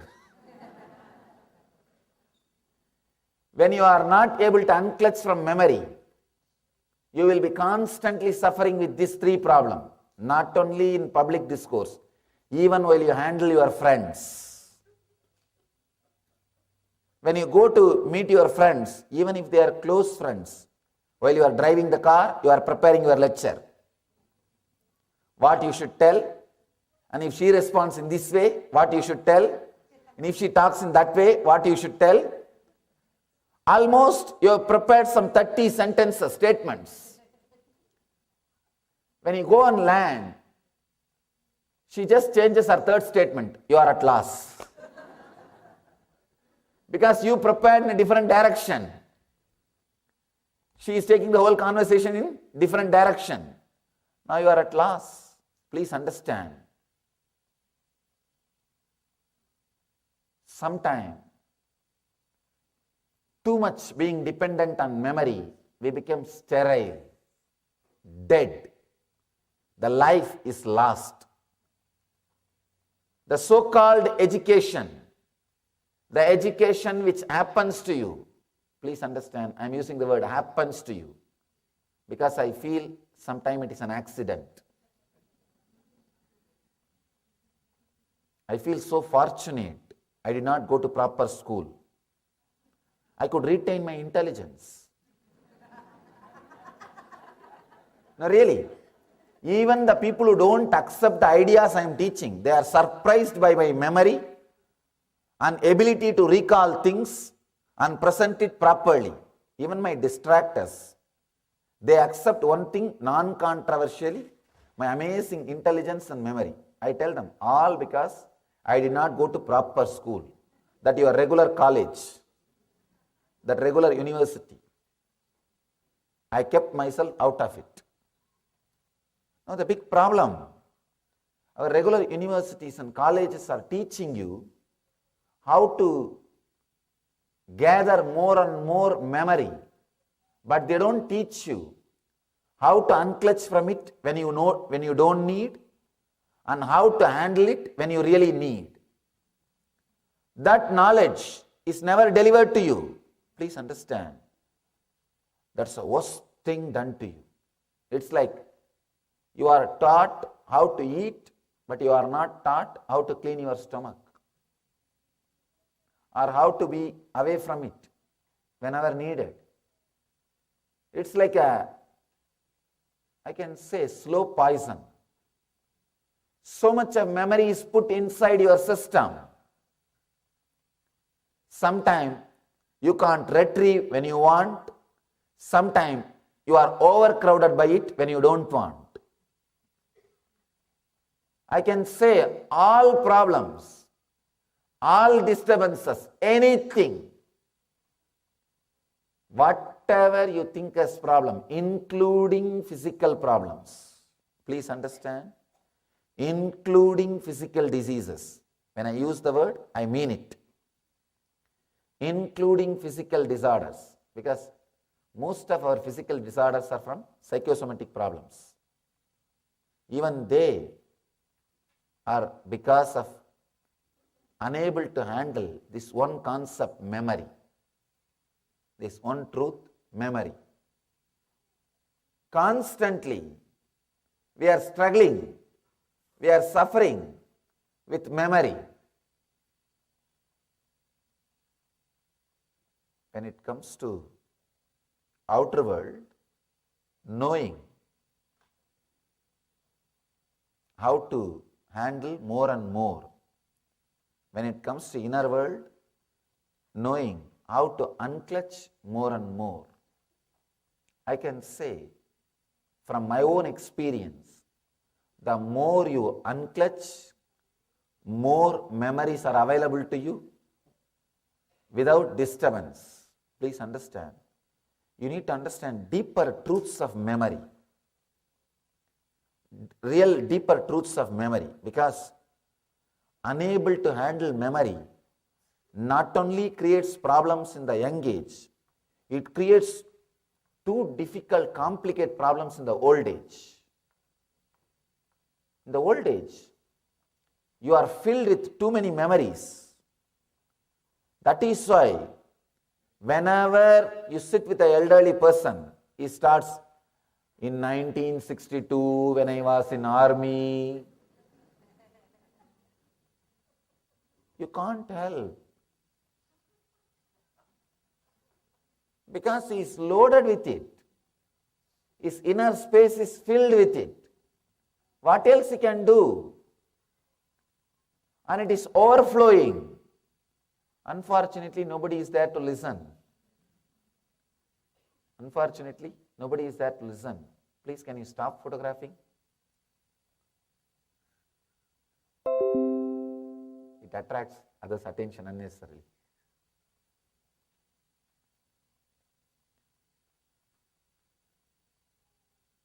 You don't know how to handle. You don't know what is going on inside. Another one big important thing we need to understand. Some memories, when it comes up, the hurt or the pain, suffering is so much, you strongly, subconsciously decide not to remember memories, not to remember the things.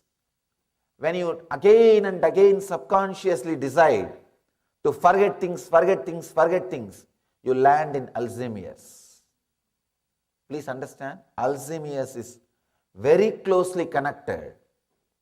Your strong subconscious decision to forget things. It's a very complicated phenomenon, memory. That is why Patanjali handles this in a beautiful sutra. He goes on speaking about this memory even further in the next few sutras.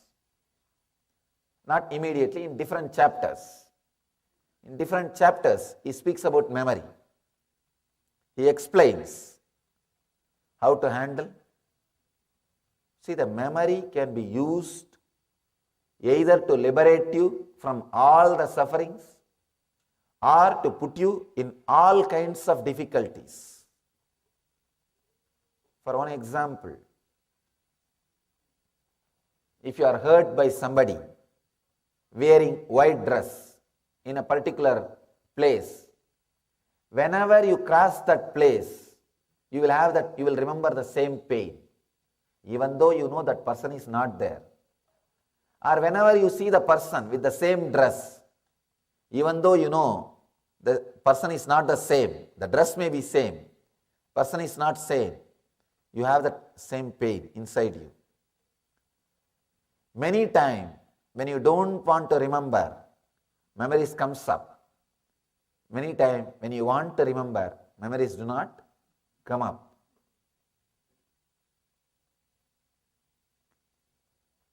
The other day, one university professor was telling me, Swamiji, it takes 3 hours for me to prepare 45 minutes this lecture.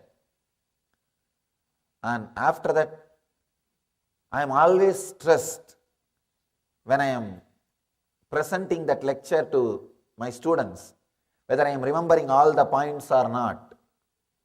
But how come you are so casual, free, wherever you go? He attended some of my discourses.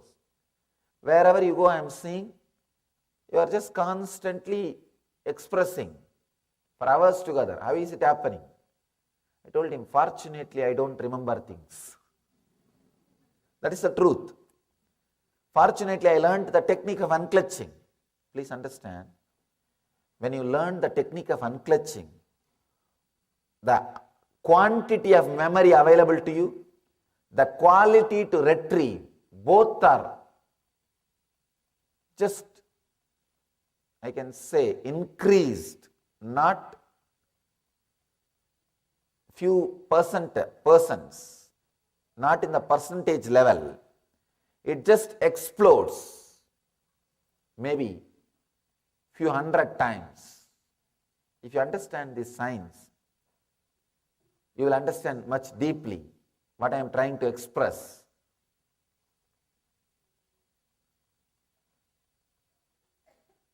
In your hardware, in your hard disk, in your computer, if you store high resolution pictures, you can store only few pictures.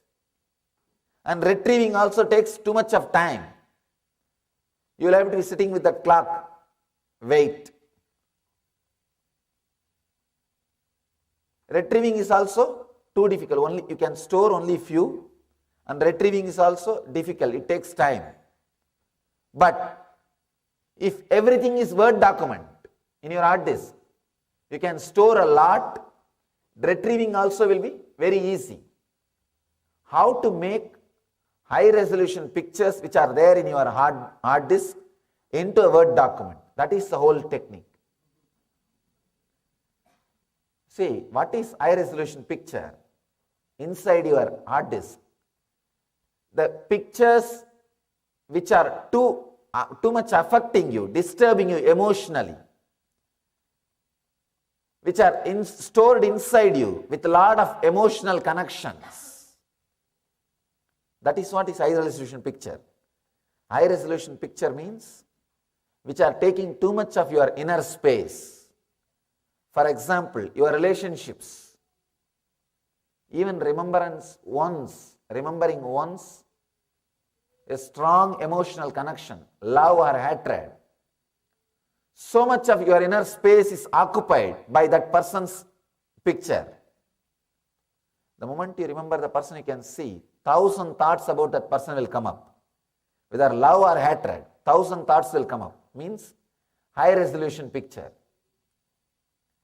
If you can store files without emotional attachment, the ability to store and ability to retrieve both are tremendously increased. That is what I am saying. If you can constantly unclutch from memories, everything is converted into a Word document.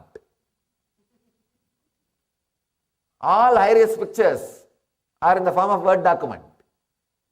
If you are constantly clutched, even Word documents become high-resolution pictures. Even Word document becomes high-resolution picture. Your hard disk is full just with few documents. See your life. That is what is happening. If you have lot of clutched memories, even little memory is enough to bring pain, suffering, torture to your life. A normal middle class man is tired just by handling 10-12 relationships. If he handles just 10-12 relationships in a day, he is tired. You can see, morning 9 o'clock you go and sit in the office, by 11, if you handle 10-12 people, you have shoulder pain, you are stressed out. And another one big problem, we have all these negative words inside us as a strong high-res pictures. I am burnt out. Too much is in my plate. I can't do further. I am saved. I feel I am blessed that I am born and brought up in Indian villages. I did not learn all these words. All these words are inside you as a high-res pictures. Once they are retrieved, once they pop up, you are gone. You are gone. The whole day is gone. The whole secret is how to convert high-res pictures into Word document. The secret is unclutch. Whenever high-res pictures are getting downloaded, whenever you are stressed, you see that wait time is what I call stressed moments. High-res pictures are getting flooded inside your system. Use those moments to unclutch. Again and again, unclutch. Whenever the pain or pleasures related to emotions, related to memories are happening, unclutch, unclutch, unclutch. First few times you will find it little difficult. You may think, oh God, how can this happen? How will I be able to unclutch? It is too much. Because first time you unclutch, you will be lost. You will not be able to do it. First few times, it really takes your effort. You say, no, it is not possible, it cannot happen. No, relax. The next sutra, beautifully Patanjali explains. Very powerful sutra.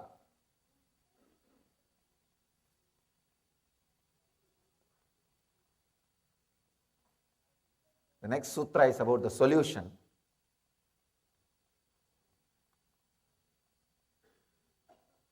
Relaxing from these thought patterns through constant and intensive practice of unclutching.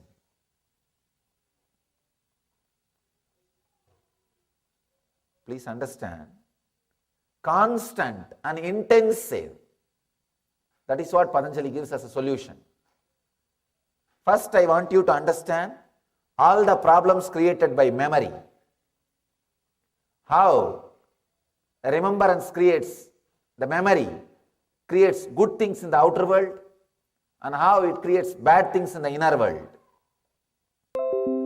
Sometimes people ask me, if we don't remember anything in the inner world, how are we going to maintain our relationships? How are we going to maintain our life? How are we going to live our life? Please understand. If you actually unclutch more and more from the memories inside, the essence, juice of those memories will become part of you. People ask me mainly, if we don't remember our past mistakes, how are we going to develop ourselves? Please understand. By constantly remembering your past mistakes, you will only create guilt. You will not develop yourself. But by unclutching from your past memories, you will assimilate the essence, experience of the mistakes. Please understand. Learning from the past means assimilating. Experience does not mean the number of incidents you go through in your life. It means number of lessons you learned from those incidents. That learning, assimilation itself happens only when you unclutch. Otherwise, you yourself will suspect about you. I have seen people, they remember something, but they have not assimilated. They have not assimilated. One guy calls the mental hospital. Hello, is this the state mental hospital? The other side, they say, yes, it is. This guy asks, can I speak to Mr. Russell in the room 727? The operator, one moment, I will connect you. She connects, there is a pause. Then she says, I am sorry, Mr. Russell is not answering. This guy says, good, that means I must have really escaped.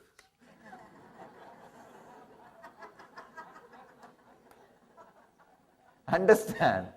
You may remember, may not trust. You may remember, may not trust if you are clutched with your memories. Unclutching assimilates. See, there are so many things goes on in your life. So many mistakes you do in your life. Remembering those mistakes are no way going to make you rich. It's only going to create more and more guilt. More and more guilt. No, that is no way going to help you. But unclutching from those memories, suddenly you will see the lessons which you need to learn are assimilated inside you. You are fresh. That juice is already part of become your life. The juice which you need to learn from that incident is digested. It has become part of your life by unclutching. You don't have to remember the incident itself. Only thing you need to happen is you need to update yourself from the lessons. You need to upgrade yourself from the lessons. That happens only if you can look into the memory face to face. Many times, you don't want to look into the past incidents or mistakes face to face because it creates so much of pain. Then you try to remember that incident, but unconsciously you are trying to forget the same incident. It's a struggle. It's a struggle. One part of you want to remember the incident so that you will not do the same mistake. The other part of your mind says it doesn't want to remember the incident. So in that struggle you are caught. That is what I call split personality. Split personality is a person who is suffering with his memory. One part of him wants to remember the memory. The other part of him does not want to remember the same memory. Please understand. When you remember the incident itself, you may not be able to update yourself because the incident itself may have joy or memory, joy or pain associated with it. If it is joy, you will start rejoicing. You will just start mentally fantasizing. For example, the vacation which you had with your girlfriend, you may start mentally fantasizing. Sometimes these memories are nightmarish. The vacation which you had with your family. So you don't even want to remember. You don't even want to remember. So whether you want, even if you remember with joy or remember with pain, it is not going to add to you. But unclutching, please understand, unclutching from both memories is going to add juice to you. It is going to add juice to you. Each memory, when you unclutch from it, when you relax from it, what needs to happen automatically happens inside you. The classification automatically happens inside you. When I am talking about this memory and spontaneity, so many stories comes up. I can say there is a traffic jam in my throat. All the stories are saying, first let me come out, let me come out. I'll narrate one story. Many times I told this story, but I always feel happy to repeat this story.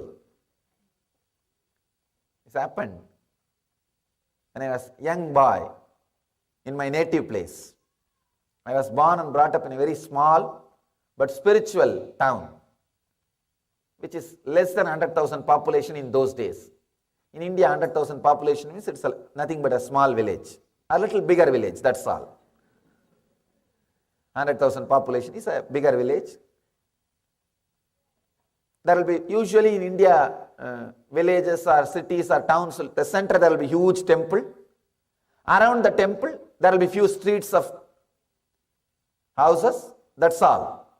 That's a typical village or city in India, especially South India. Almost all, I can say 99% of the South Indian villages and towns are built around the temple. That was our university. That was the university of our culture and our tradition. All the knowledge, life science, everything is protected, preserved, promoted and spread from that universities. The Indian communities, Indian civilization is basically temple-based community. Temple-based community. That is why wherever they go, first thing they do is the temple. First thing they do is the temple. A story inside a story. That, there is one more temple. No, I built that 2 years ago. I got bored with that, now I built one more. Wherever they go, they may have one house, but they will have 2 temples. India is temple-based community. I was also born and brought up in a temple-based community, and every year they will have one ceremony of repeating Mahabharata. If you know the Mahabharata story, you can understand this story. Otherwise, you may feel a little difficult to relate with the story. Sorry for it. Mahabharata, they will repeat. Morning they will repeat verbally. Evening they will enact as a drama. A small group of old people. Not professional artists. Small group of old people. Some old men. And 1 or 2 small tables. They will get into the stage and shout. There will be no microphone. There will not be any microphones. They will shout. And it's sometimes they will not get female artists. So they themselves will have the female dress and makeup and everything. They will act. That day the story was Draupadi Vastrabharana. Means they pulled the cloth of Draupadi in the court to abuse her, to disrespect her. That's the story. As per the story, the man who was dressed as a Draupadi, he was wearing 7 saris, very thin saris. In India, you will get saris which you can fold it and keep it inside a matchbox. Not American size matchbox, Indian size matchbox. You can keep it inside matchbox. That kind of sari. This guy will be wearing 7 saris, and that Duchadana, the character, villain character who is supposed to pull the saris, by the time he pulls the 6th sari, he should act as if he is tired. And that Draupadi, she was supposed to shout, Krishna, come. Then behind the screen, the Krishna will jump into the stage and say, I have come, what do you want? And the villain is supposed to fall, saying that, oh, I am too tired, too much of cloth is coming, by the Krishna's grace. This was the whole scene supposed to be. If you know the scene, if you know the story, you know the scene. That day, the story started. This old man was decorated as a Draupadi. He came. The story went on. The guy, the villain, was pulling the saris. Suddenly he forgot the count. Suddenly he forgot the count. This guy is wearing 7 saris. He is supposed to pull only 6th. 6. This fellow forgot the count. And he is pulling the 7th sari also. That Draupadi,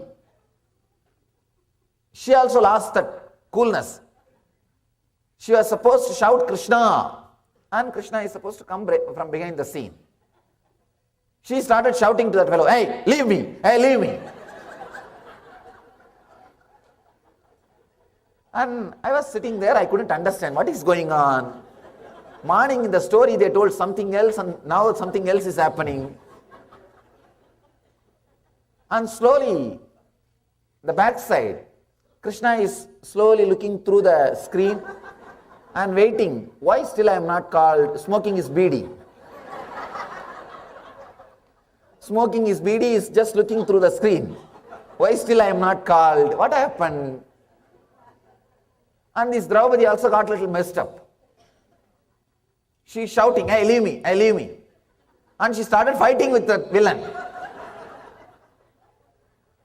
And in the whole mess, finally, this villain fellow, the Duchadana, pulled the sari. Now in the stage, Draupadi is standing above the hip, all female dressed. Below the hip, with the trouser, male dressed. Above the hip, all the female dress. Below with all the male dress, that fellow is standing in the stage. The whole crowd is laughing. The whole crowd is laughing. But this guy is so spontaneous. He is not operating from memory. He is a village guy. Beautifully managed the scene. Oh Krishna, because you are not able to come, you changed me from female to male and saved my pride.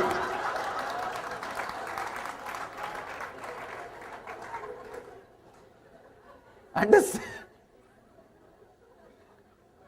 He is not operating from memory. He is operating from spontaneity. An educated man can never do this. Because your university will not teach this. Our universities, colleges, the education system, everything teaches how to add memory. How to add memory. Please understand, till human beings are taught how to unclutch from the memory when they don't need or when they need, the psychosomatic problems and psychiatric disorders are not going to leave the planet Earth. I can say maybe it is a plan of psychiatry department and the education system. Now it's like a constantly promote food and produce medicine. That's the same thing. That is why I don't know whether it's a coincidence or not. Around the country, the food and drug is always associated. First you eat this, then we will give you that. Same thing with the education system. The Vedic education system starts with a beautiful concept. It starts, first thing you are taught is unclutching. Please understand. Gayatri initiation in the Vedic tradition we call, first thing, you are taught how to unclench. At the age of 7, you are not taught how to acquire more and more memories. They say very clearly, you are going to enter into the danger zone of acquiring more memories. You are going to handle more memories. Get ready with your boat, with your protection system. Be ready. First thing they are taught is unclutching. The Gayatri initiation is the technique for unclutching. All you are taught is relax into the consciousness which awakens your superconsciousness.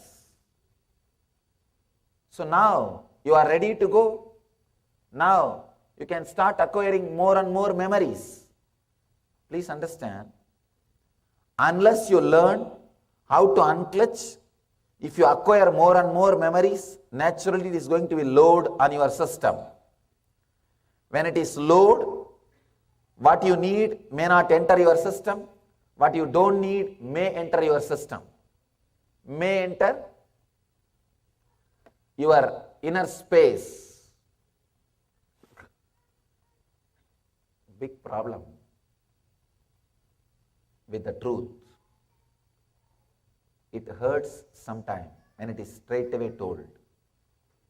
When I am saying our universities, colleges, education system is loading our system, we feel it hurts sometimes. We ask the question, no, Swamiji, that pays our life. We have to remember, then only it will pay for us. I am not saying you don't have to remember. You need to remember when you need to remember. You need to remember only when you need to remember. Not all the moments, all the time. The big problem is you can't remember when you need to remember. Same way, when you don't need to remember, you are flooded with those memories. Please understand. I wanted to tell you a story. When a great king came to invade India, India was invaded thousands of times. Any fool travels that side, tries to invade India. I am surprised. I think they had a big board outside Indian border. Please come and invade us. No, they really had a board, I think. Because the way in which they lived, any fool crosses that side with 4 or 5 soldiers will invade. And he will be successful. That is another one fun. Because all these guys are too busy with the inner science. One nice thing, till our rulers touched our inner science, we never opposed them. Anybody can rule. Nobody bothered. Live, rule, who cares? Come on, take this place also, this palace also. Who wants to take all the risk of administration, accounting, maintenance, soldiers and all that? You do whatever you want. Just don't disturb me when I am meditating. Just don't create sound when I am meditating. That's all I want. That's a psychology. This guy was told by his teacher, when you come back, please bring the Vedas from India. So he started collecting. I think Alexander, if I am not wrong, Alexander. This guy started collecting something like 4,000 boxes. More than 200 ships are filled. Suddenly he came to know that only 1/10 of the Vedas are this luggage. This luggage is only 1/10, one branch. Then he said, then it is impractical. How can I take the whole Vedas back? My teacher asked me to bring Vedas. One Brahmin priest, he laughed and said, fool, you could have told, you need Vedas. I would have just sent 2 of my disciples, he would have repeated the whole thing. You don't need to carry all these palm leaves. You don't need to carry all these collections. If you want to collect and take it, I don't know how many thousands of ships you may need. That's impossible. Relax from the idea. Just I will send you two of my disciples. That is what has actually happened. Just he sent 2 disciples. Why 2, you know? One to recite and one to write, that's all. Otherwise, one guy can remember the whole thing. You don't even need 2 persons. Millions and millions of lines. I want you to know, still, Vedas are the largest poems. Mahabharata is the longest poem in the planet Earth. 100,000 slokas, 100,000 couplets. Still Mahabharata is the longest poem. Nobody is able to beat Mahabharata. Still nobody is able to write longer than Mahabharata. Mahabharata is only one part of our literature, not even part of Shruti, Vedas. It's part of Smriti, Puranas. In Puranas, 18 are there. In the 18, one is Mahabharata. Just 2 Brahmins, they go and recite the whole thing. This guy was shocked. He said, how come? How is it possible? These Vedic scholars, they say, first thing, because we are taught to unclutch when we start collecting memories. They know how to convert everything into a Word document and store in their hard disk. They don't carry high resolution pictures. There is no high resolution pictures. It's all Word document. In the other way, the memory collection education system, look at this system. People are becoming more and more specialized. Why, you know? They can't handle more memories. Earlier, in India and all, only one doctor for eye, ears, nose, everything, whole body. By and by, I saw the developed countries, ENT separate, eyes separate, teeth, dentist separate, ears, the lungs separate, heart separate. Now, right eye separate, left eye separate. The dentistry also. The dentistry also, there are so many branches. Why specialization? Because you are afraid that you may not be able to handle all the information. Specialization means what? You are limiting the informations you are handling. You are afraid. No, if I remember constantly about teeth, I may not be able to remember about the lungs. If I remember constantly about the heart, I may not be able to remember about the stomach. Means the ability to keep the files on the table is drastically reduced. The ability to retrieve the file with the quality is drastically reduced. Please understand, 2 different education systems. The education system based on memory, the education system based on unclutching. The Vedic education system, the moment they start, they teach you unclutching. The amount of memory available to you and ability to retrieve is unimaginable. Still I can say, the Brahmin priests, the Vedic scholars, the ability to repeat is unimaginable. I myself experimented with this teaching through unclutching with our Gurukul kids. We have a Gurukul for our brahmacharis and for kids. I started sharing this technology of unclutching, the Vedic technology. You will be surprised the memory of the kids and memory of the brahmacharis. All I tell them is unclutch after studying, unclutch after studying. It looks paradox. People think if I unclutch, I will forget. What will happen? No, you won't. It will become Word document and get stored in you. When you study, when you collect memory, it's a high resolution picture because your memories, your emotions are attached to it. When you unclutch from it, it's compressed. It becomes Word document and gets into your system. and you have intelligence and clarity, efficiency to retrieve when you need.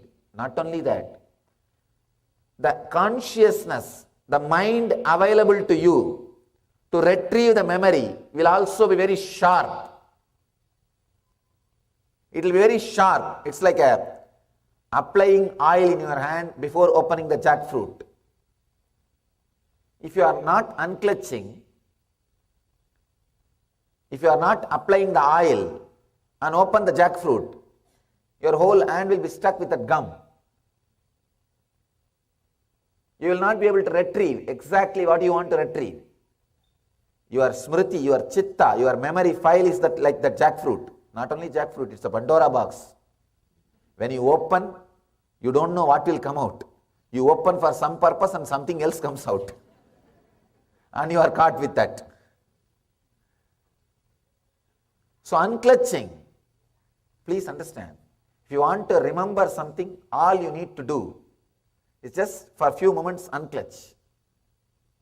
Your whole hands, you will apply consciousness, means oil, and you will open the jackfruit, you will not be stuck. You will retrieve the right file rightly without getting affected by it, without getting attached to it, without bringing suffering by it. If you are not unclutched, if you are clutched, any simple memory can lead to more and more suffering, more and more torture, more and more disturbance and distraction. The essence I wanted to share with you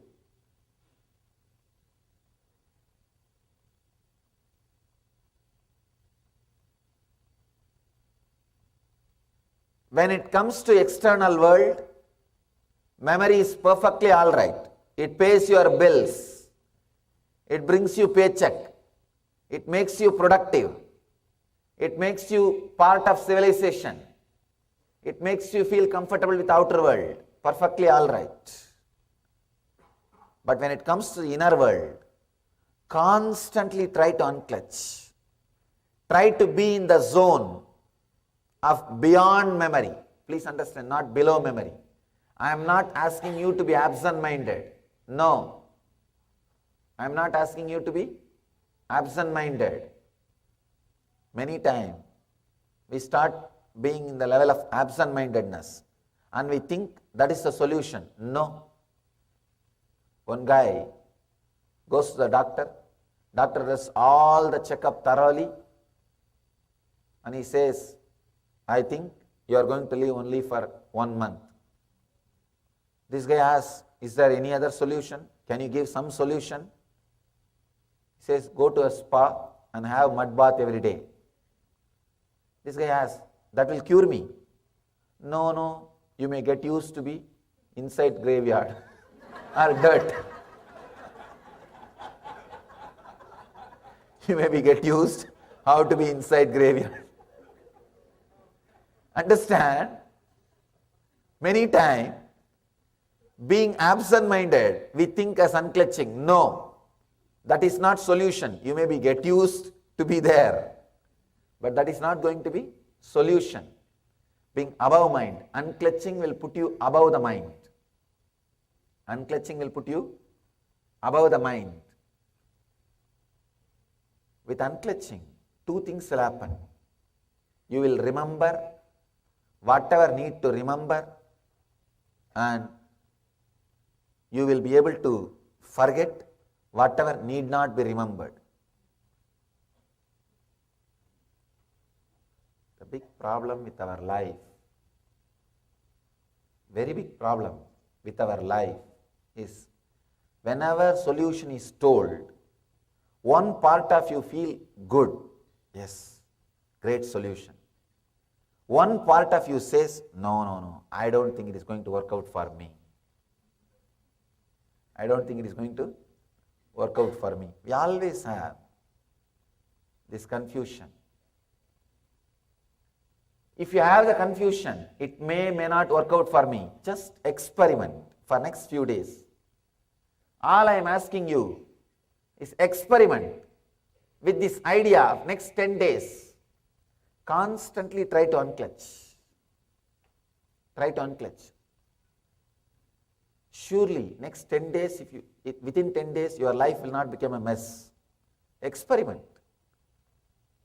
And we have already created a big mess. We have created a big mess. Nothing more can be done in just 10 days.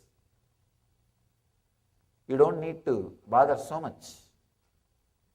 Just experiment with 10 days with the simple truth. Constantly trying to unclutch. Unclutch means not connecting with your memory. Not connecting with your memory. Whenever thoughts rise, remember to unclutch and relax. Remember to unclutch and relax. Then naturally your mind will say, I am unclutching, unclutching, unclutching. Unclutch from that idea also. And relax. You may say that, what should I do? Unclutch from that idea also. You may feel bored. Unclutch from that idea. Again and again come back to the silence which is inside you. First time when you unclutch, 2 minutes, 2 seconds you may be silent. Then again a thought will rise. Again unclutch. Then 3-4 seconds you may be silent. Again a thought will rise. Again unclutch. Then few more seconds you may be silent. Again unclutch. Can you be seated? Please, can you?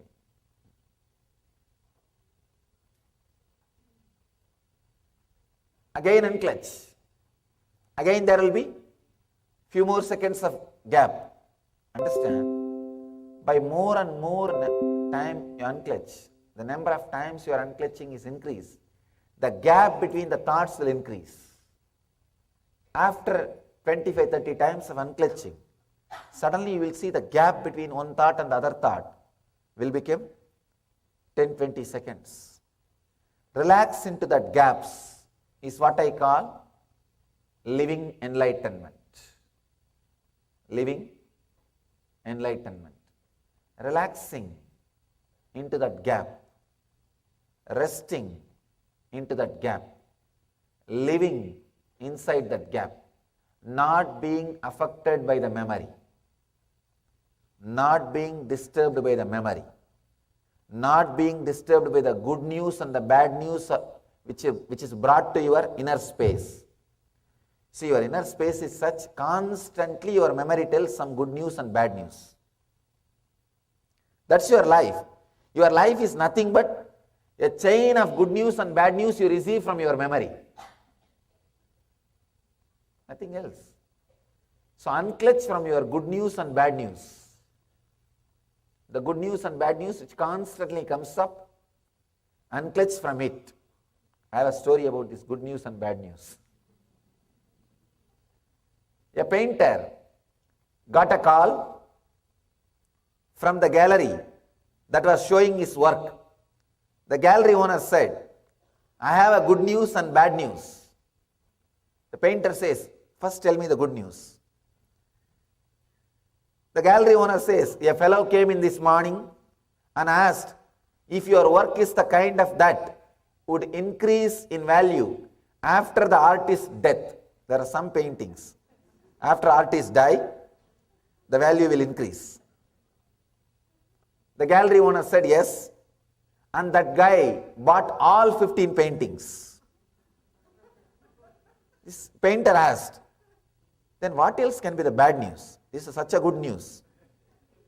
The gallery owner says, he is your doctor.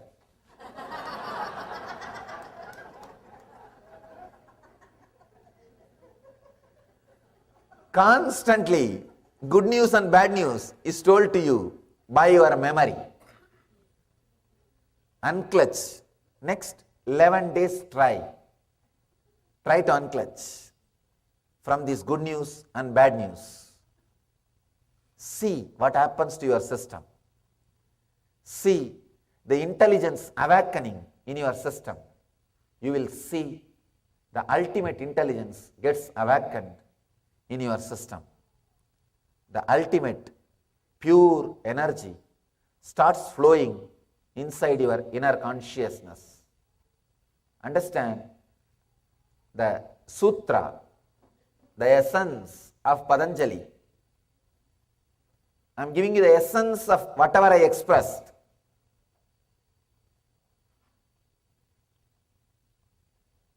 Anubhuta Vishaya Asampramosha Smrutihi.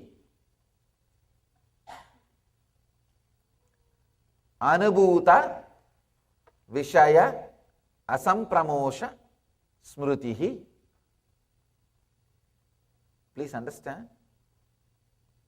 The recall of mental impressions of past events from the subconscious mind is memory. He already explained in the previous sutras.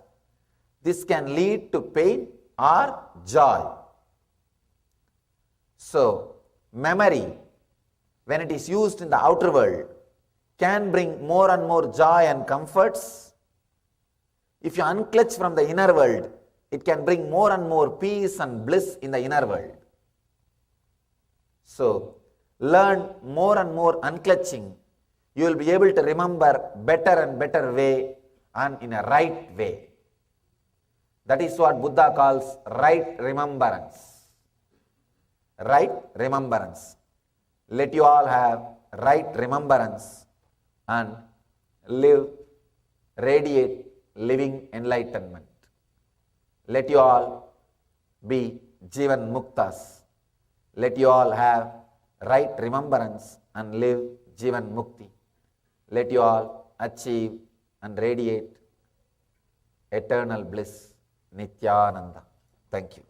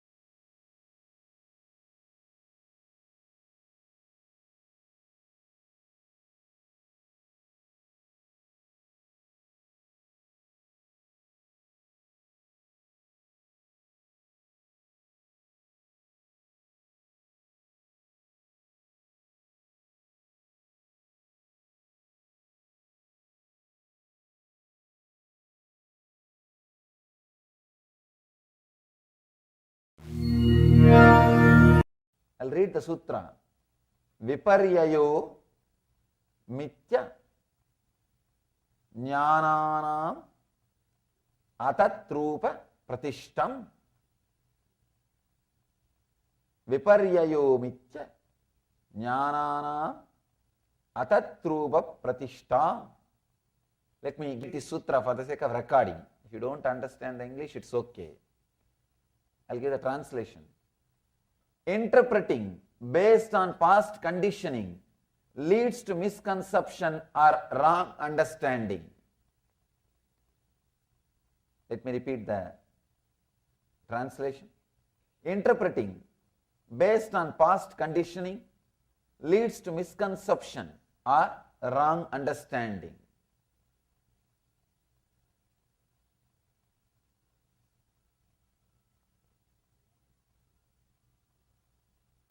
The Upanishads, Zen koans, Sufi